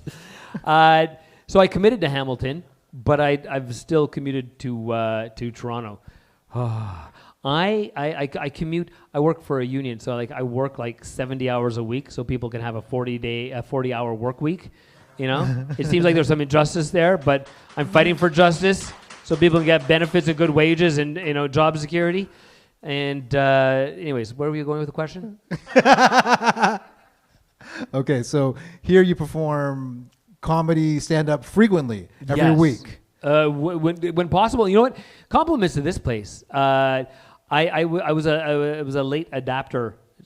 This place has not been around a year, but I feel like I was because I heard about it and people say, hey, we're going to the Center for Talking Arts. I go, where was that? I couldn't find it for the first month. I heard people were going here. Yeah. I do a comedy night on Sundays at the Judge, and I was walking by, and then one day I finally saw people standing there. I go, oh, this is where it is. And then Chaudhry by there invited me out to, hey, I'm going to do a show. And I was like, great. And so I finally came down here, and I'm really happy because this space reminds me a little bit of what I think Greenwich Village would have been like in like the 80s when comedy was just like starting. You know, it's like it's a nice little sandbox. Yes. Where people are experimenting and throwing stuff to the wall and trying out new things, you know. I'm part of something that's, we're creating here right now. Tomorrow night. Yes. Yeah. So Talk about that. Yeah, I would love to. Yeah, that was a nice little transition there. Yeah, it's like, see that, guys? I watched a lot of Carson as a kid. Johnny Carson. That was a guy before. You know, They know. it was TV. You know, when we had 3 channels and sometimes Carson was on. And they'd smoked on TV. Right? Remember? I know. I was like a secondhand smoker just watching late night television. I was like, I got coffee and I was like, my mom's like, what are you doing in there? Oh, nothing. What about? Yeah. My voice is breaking. I'm 40. Still living at home. No. So this is what's happening. Thanks for asking the question. Dexter, you're very much a part of this.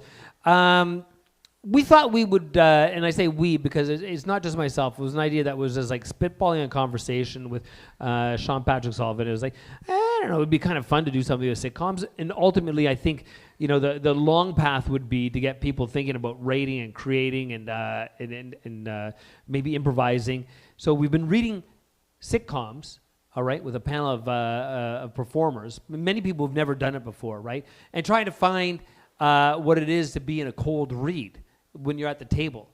And it's been incredible because, I mean, our first one was, what was our first one? It was Will and Grace. Will and Grace, yeah. And then from there we've moved on to Always Sunny, Family Guy, and then recently All in the Family. It was last week, yeah. Yeah, and last tomorrow week. was going to be different. How? And tomorrow is going to be different. And how? What show is that? That's a question. How is it going to be different? Yeah. Well, tomorrow. So we're spitballing this. I was like, tomorrow's the U.S. election. Yes. Who wants to do anything? I mean, you want to watch? This is like the climax of the great American soap opera, which is called The Elections, which runs for 3 years. And I was like, this would be fun to like maybe do a commentary on the elections because we've been doing that post-show banter. It's been a lot of fun doing talking about the sitcom and the scripts and fleshing it out. And Sean was like, No, we got to do a show. We got to do a sitcom. I was like, oh, come on, let's just do some banter. And I was like, no, let's do a show. And he's like, why don't we? And then we found a compromise. Why don't we attempt to create our own sitcom, a politically infused sitcom, and then we can address some of the American politics in that. So this is really throwing spaghetti at the wall. I think we like the expression, the cart before the horse. Yes. Yeah. We've got the electric car before the horse here with this one. It's like really far ahead. So we're gonna try and have this horse catch up to that car. Is that a terrible example? That's just shitty, wasn't it? It was like the cart. Well, it matches. Look at the audience. did not Re-throwing respond. spaghetti on the wall. I like that one. Yeah. We'll just keep throwing spaghetti on the wall. So tomorrow's a pasta night. Please, is BYOP. Bring your own pasta, and we'll try and make this happen. It'd be fun. We're also going to be hoping to do some improv workshops before the show. Maybe if not tomorrow, coming in the future. So then there's an opportunity to develop some improv skills, which can be put into play when you have an opportunity to come up on stage. We're going to see where this goes. Maybe it turns into like a 13 episode sitcom series live every Tuesday here at the Center for Talking Arts. Yes. And we're going to be doing some sandbox work now with the creation of this, perhaps maybe sometime between now and the new year. Last question. How can you entice Hamilton locals to come and watch these improvised sitcom shows of yours? How can you entice them here? Yeah, listen, ladies and gentlemen. Yes. You, the live studio audience, and everybody out there in the internet land. This is what I think is going to be amazing, is these shows will be completely unscripted. They'll be live, never written before. It'll be in the moment. It could be a train wreck, car crash, explosions. You won't know until you see it, and the only way to experience it fully is to be here at the Center for Talking Arts, where you're going to catch an unbelievable performance like you've never seen before. That's right. See it live before you're dead. Oh, wait. Awesome. I need to put the... Thank you, Christian, but stay right there. Stay right here. Yes. Now, all the performers, before we... No? No! What happened? We're having a guerrilla theater moment. This is too much of a sausage fest. This is too much of a sausage fest. Okay, so... It works wonderfully for me, but I'm not the whole audience. So I'm here to break it up. Okay, how would you like to do that? You are so brilliant, and you're going to be such an amazing director tomorrow, but I'm going to beg you to take you and your beautiful dog off the stage, because we have a surprise performance tonight. Okay. Ladies and gentlemen, the one, the only, the single named, Anne!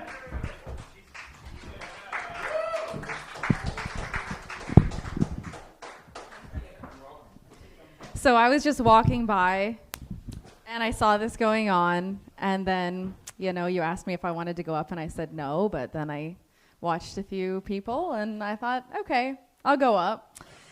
So, yeah, so people are fucked up, and I accept that to a certain degree, but I never get okay with how fucked up my parents are.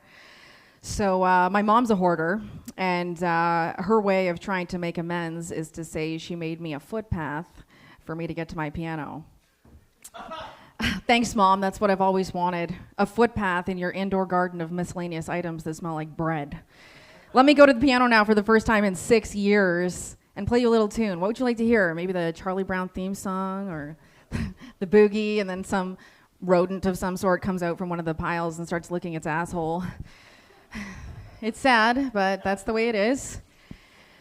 And my friend told me the other day, he was laughing, telling me that the way he broke up with one of his ex-girlfriends was he sent me a voice memo. Sorry, he sent me a voice memo giggling about a memory he had of getting his girlfriend to meet up with him so he could break up with her, but he got her to bring him an ice cream cone. And he still broke up with her. He was like, she started wanting me to be who I used to be, so And I was like, wow, that's very Willy Wonka heartbreaker of you, but shouldn't you have been the one bringing her an ice cream cone? Like, is that not a scam? You should reach out and say, hey, I just want to apologize for that time that I scammed you for an ice cream cone. I realize now that if I asked you to bring me an ice cream cone after I broke up with you, you wouldn't have. So I thought maybe, you should send her like a $25 like Uber Eats gift card or something and say, sorry about that time. I feel like everyone has a price, I feel like there's not a lot of things that someone could do if they give you a $100 Uber Eats gift card after. Hey, it's not that bad, right? But, the theme here is how fucked up people are, right? Like, a lot of people are judgmental about, like, downtown and the homelessness and, prostitutes and stuff. But you're enslaved to a day job that sucks the soul out of you. So you might not be sucking dick, but you're getting your soul sucked, right? So, by your boss and the owner of the company or corporation. You might not be the one doing the sucking, but you're still getting fucked. So choose what you want to suck or what you want sucked. At least a sex worker can choose what they want to suck, but you're getting your soul sucked daily whether you like it or not. So I think, let's be a little easier on people who are just like, choosing how they get by. Wow, this is a tough crowd tonight. The only fucking reason I came up is because he wasn't that good. I was like, I can do this, but nobody's fucking laughing at anything. Holy shit, I'm gonna go kill myself. No, it's okay, I'm not actually a comedian. And the last thing I was thinking, on the theme of people being fucked up, is I'm fucked up because I'm actually a musician and I've been procrastinating for years and years and years, and then I hear a new song and I'm like, fuck, that's kind of similar to the one I thought of, so I guess I'll do something else. And then it got me thinking, if you have an idea, you got to jump on it because at some point somebody's going to come up with your idea. Like a guy wakes up from a 6-year coma. His dream was to start a ceiling and Dyson fan distribution dropshipping warehouse called OnlyFans, but his friend had to break it to him. You can't do that anymore, man. It's been taken. So if you have an idea, do it. Well, thank you. I'm quitting comedy.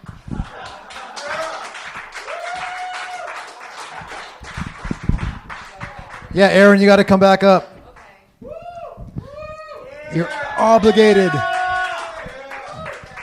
Aaron. Hey. With no last name. Yeah. So what, as a musician, motivates you to do comedy besides procrastination? Well, sometimes I think of funny things in my head, but I just don't work on the delivery, right? But I do have a passion for comedy, and I saw someone on TikTok say recently, rock stars want to be comedians and comedians want to be rock stars, but I am funny, I just have to work on my delivery. Like, I like comedy, actually. I do. Okay. Yeah. Have you performed outside of the CFTA before? For what? For comedy? For comedy? Yes. Never, no. So I think you performed a total of about 4 times here. Yeah, it all bombed except for last time. Randy, is it? Is he here? He came up to me last time and said he wanted me to perform at his paid show, but I'm nowhere near ready. But that was my first offered comedy gig, was from Randy. Awesome. Yeah. You did excellent your last performance. The last one, yeah, not tonight, yeah. She did excellent. She performed, I think, 2 weeks ago. Yeah, I think the reason I wasn't funny right now is because it's literally all men in the audience, so I'm terrified. Oh, that's a scary sound. Holy shit. An all-male audience moaning? Oh. So, go ahead, Adam.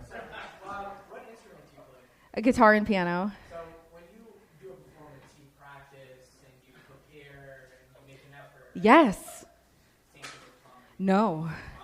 No. It's supposed to be the Center for Talking Arts, right? It's supposed to be a performance art. But how many of us really put that time in to make it a performance art? Well, clearly not. That's correct. But when I do, watch out. What are your opinions on female comedians? My opinions on female comedians? Yes. They have vaginas? That's it? That's good. So my opinions on female comedians, how about my opinions on the opinions on female comedians? Okay, your opinion on the opinions of female comedians, go ahead. So obviously the opinion is that female comedians aren't funny, and I've heard it time and time again. Yeah.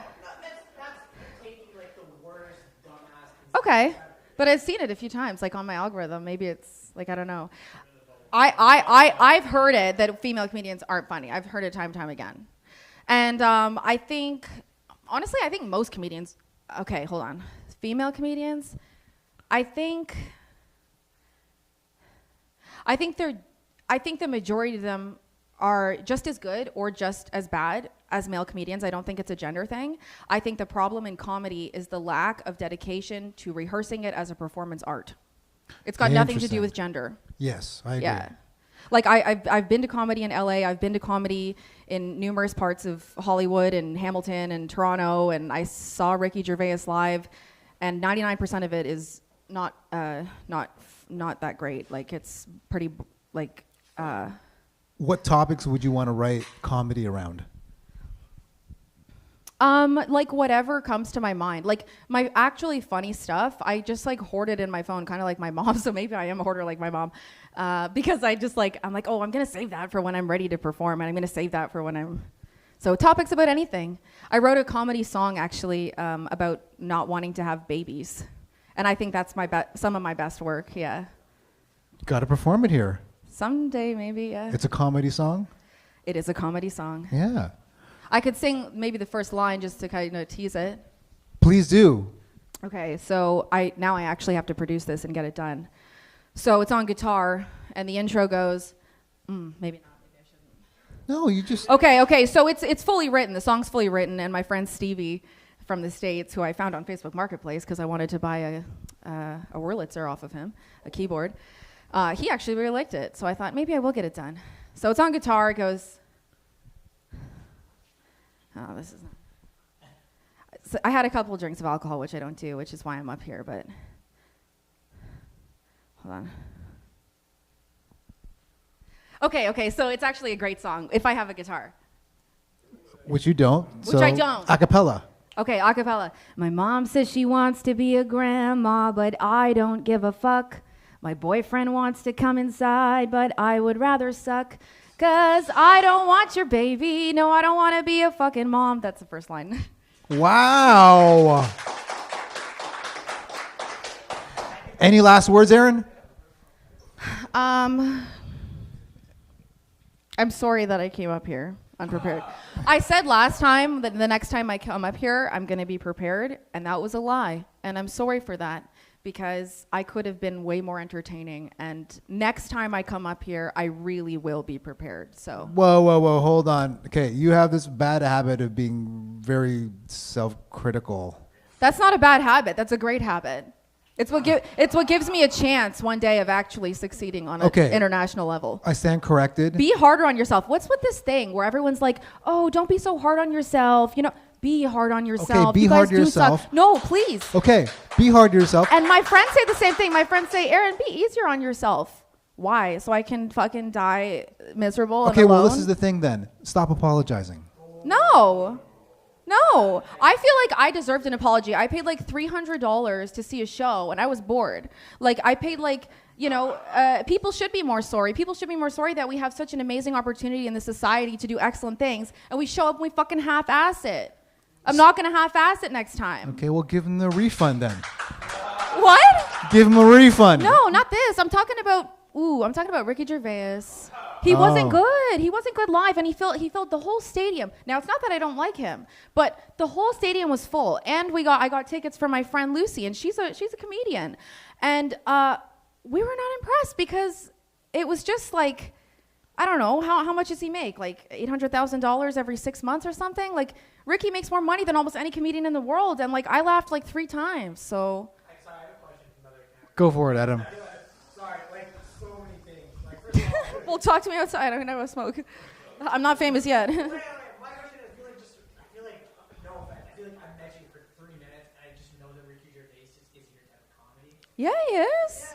But he didn't cultivate it well at his live show, and the reverb was shit. Like, I'm telling you, man, like, we take for granted the opportunities we have in this society, and we don't do our best, and then we expect people to kiss our ass for trying. It's not good enough. Are you asking me questions? Oh, no, the guy behind you. Well, I think if you have a book show, then that would elevate you to that standard of being fully prepared. This is more like a playground sandbox. Okay, but maybe not for me. Maybe that's just a standard I set for myself. So. Yes, which I encourage you to do. I'm also apologizing because Sean brought me up here and like made the show go later than it should. And it's like. Question in If the I'm back. going to interrupt your show, it should Go. be good.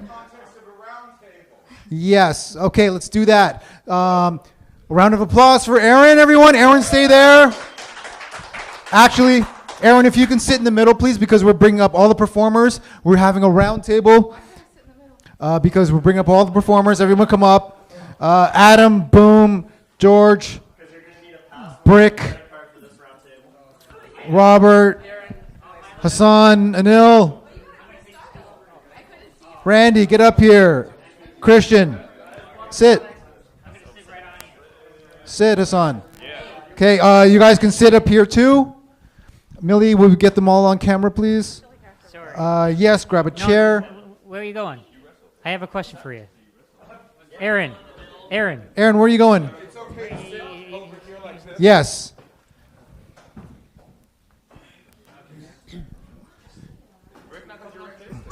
Aaron, get up there. There's too many testicles up there. We need some.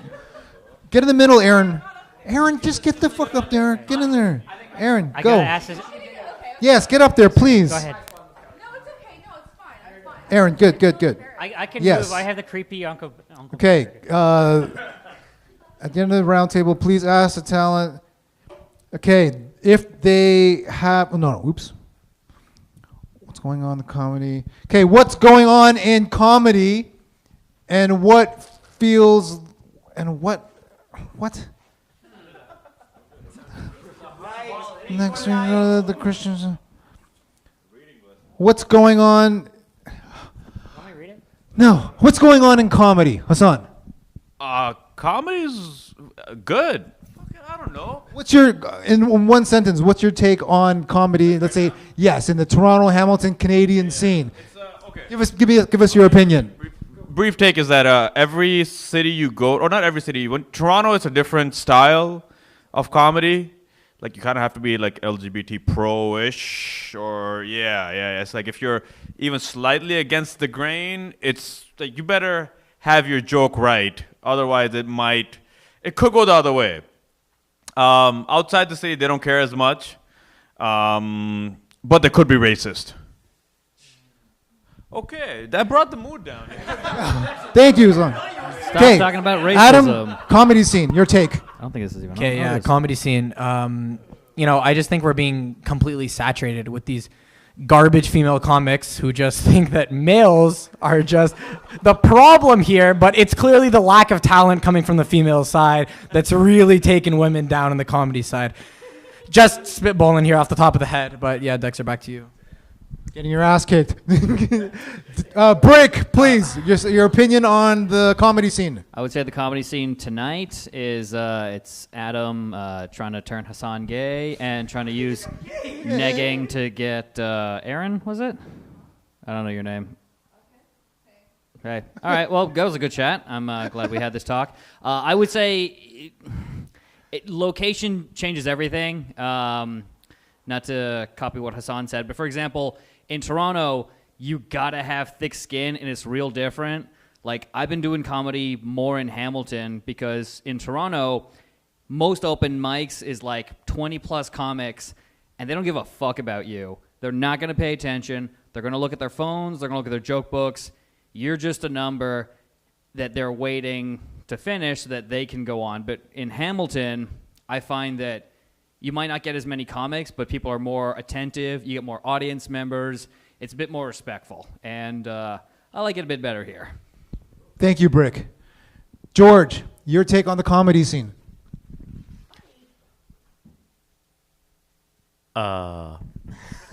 Okay, so I think I'm like the newest one out of the guys here. What's that?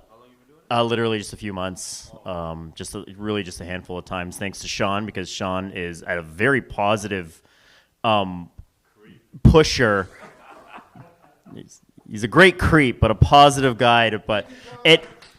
One thing, if I could stress from someone who has done kind of other levels of entertainment, not so much comedy, there's a little bit of a misconception where, you know, you've got to go and if they don't like you, then, well, I'm not doing good. You did awesome, no matter what you think. Yes, you did.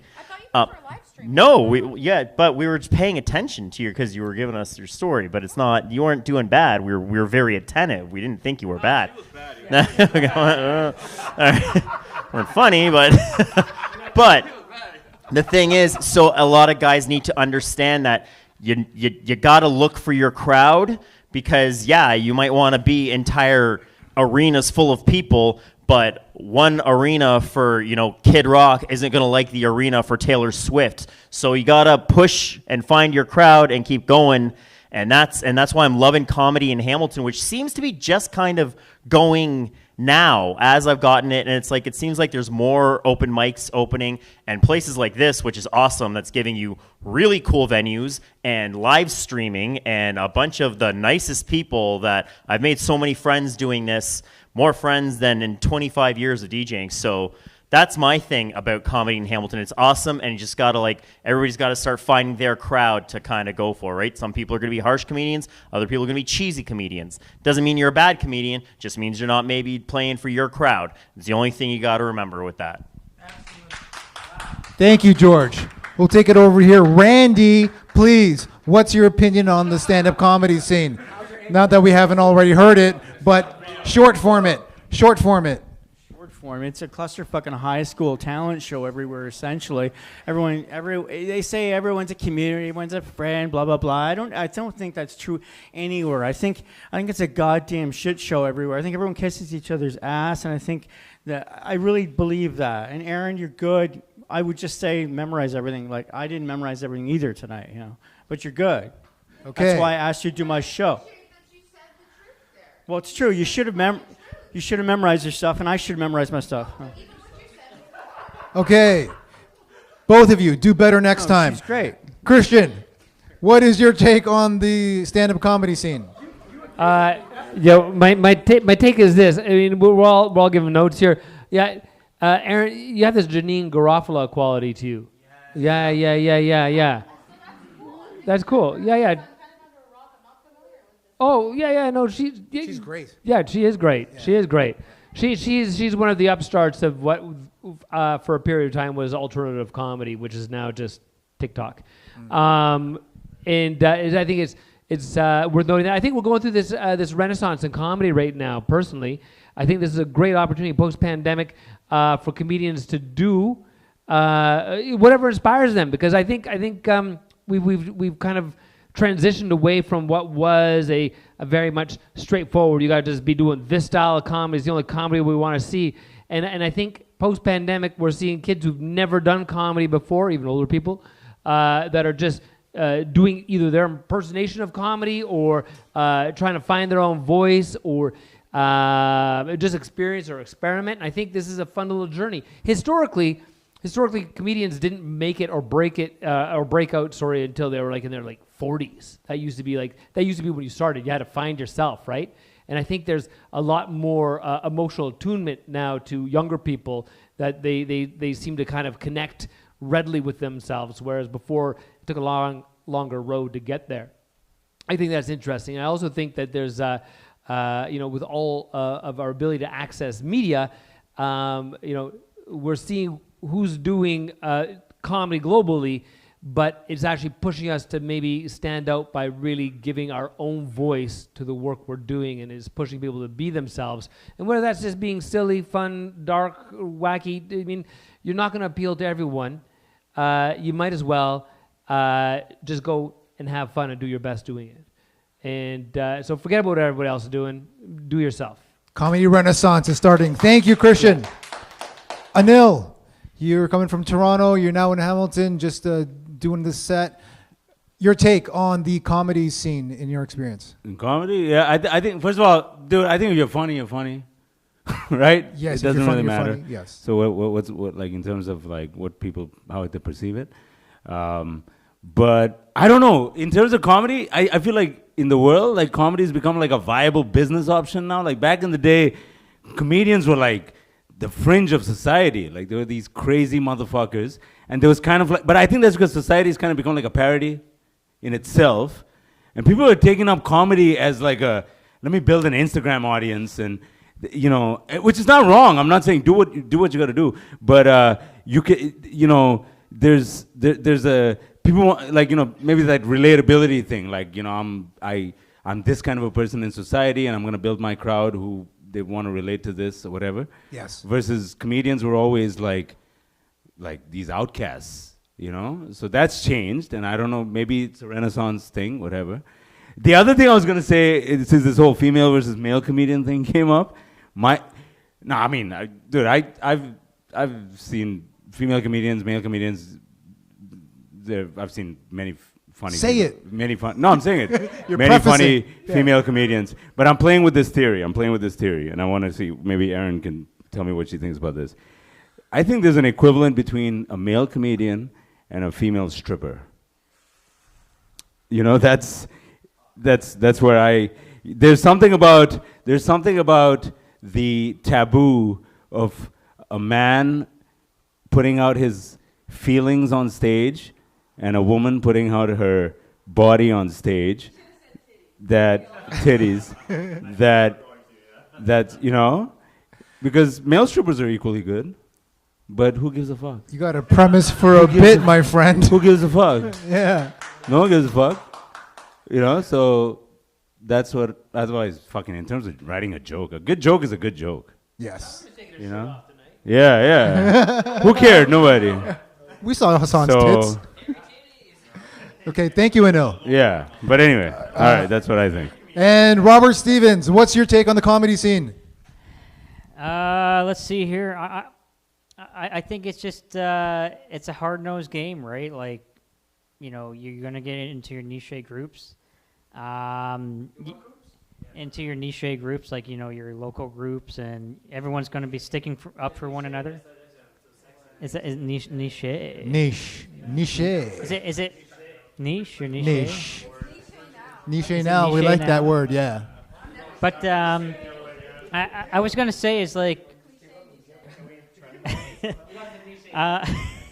Okay, niche groups. Go on, Robert. But yeah, no, like the biggest thing with comedy is don't be afraid to like be yourself, right? Like on the couch tonight, you came and you sang. You have like a better singing voice than any of us in this fucking room, right?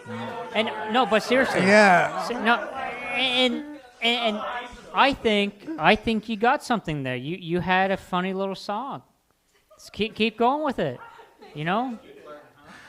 How's that for him? Like, I'm just trying to say, like, don't suck. But the no, I'm just kidding. But either way, I hopefully if Don Baker's watching, Don Baker, fund my show. No, he's like the. Don Baker's like the founder of Second City. Oh, we like Don Baker. We like Don Baker. Yeah. You're not dead yet. Yes. No, I'm just like an old guy. I'm just gonna be talking and talking. No, but Final overall, thought. Final thought, Robert. Final thought on comedy. You know, comedy's comedy. I don't know, like whatever. Like, I don't give a, like, you know. I don't know. Like, doing stuff like this is very important. I think that every comedian or any sort of actor comedian that wants to, you know, bring a laugh not just to the audience but to themselves. Even if you end up bringing a laugh to like one person, and that's including yourself that night, you've done something. Yes. Right? So like, we can be, we can be philosophical, but you know, it's like in the end, like your job is to make people laugh, right? Even if one person laughs. Thank you, Robert. Now pass the mic to the antagonist of that comment. Closing it off with Aaron, your What take about this on the guy? stand-up comedy scene. He already went. Oh, Yeah. okay. I had 2 drinks, but I'm very new to alcohol. Okay, you're funny. What's your name? Rob? He's funny. Okay, your take on the comedy scene, Aaron? So I'm not too I like this place, and I'm not too familiar with the comedy scene in Hamilton because mostly I come here and I like this place and I think it's a very unique spot. So I don't think I can speak on the comedy scene in Hamilton because I'm not very immersed in it. Okay. In comedy in general, and let's say your advice to people in the talking arts. Advice to Didn't we people. already go over this? Okay, but I do. Okay, I do have something to say. Okay, so this guy, he's got good style. What's your name? Good style, Adam. Funny, I don't know. I'd have to hear your jokes. But he said he didn't want to be rude. I said, just grab the mic. He said, no, I don't want to be rude. So my take on the comedy scene in Hamilton is, let's be a little more rude. Because I don't think that being super polite and super censored and super politically correct is funny. I think it's boring. So Okay. I do have some really rude jokes, and I will eventually share them, but that's my thought. There we Okay. go. So, last thing. I think a very good sign of the comedy scene, as everybody just said, is that, like, no offense, I have too, everybody on here has, you completely ate shit on stage for 5 minutes. We all watched you eat shit for 5 minutes, and not one person here had anything negative to say about you. So honestly, I think that's a really good reflection of how nice and positive people are in the comedy scene, because that was just dumpster fire. And nobody's laying into you at all, except for me. Are we beefing? Is that what's going on? I think you're flirting. Go, Rob. Definitely not flirting. Smash. Last, Rob. One last comment. The only thing that I wasn't, I will rebuttal is you mentioned that there's a lack of female comedians. And I say that no, because I'm pretty sure like half to 3/4 of the cast of SNL right now are female. SNL is actually pretty funny. Well, like Amy Schumer isn't on it anymore, so. Schumer is like the worst female comedy. Even when it was legendary, there was. But they have some like. No, but what I'm saying though is like. See, I got the conversation going. I'm Okay. good here, eh? You know what? Let's cut this off. We're going to talk to this camera, and then we're just going to say thank you for watching. Good night. Peace. That was great, everybody. Thank you so much. Keep up the good work.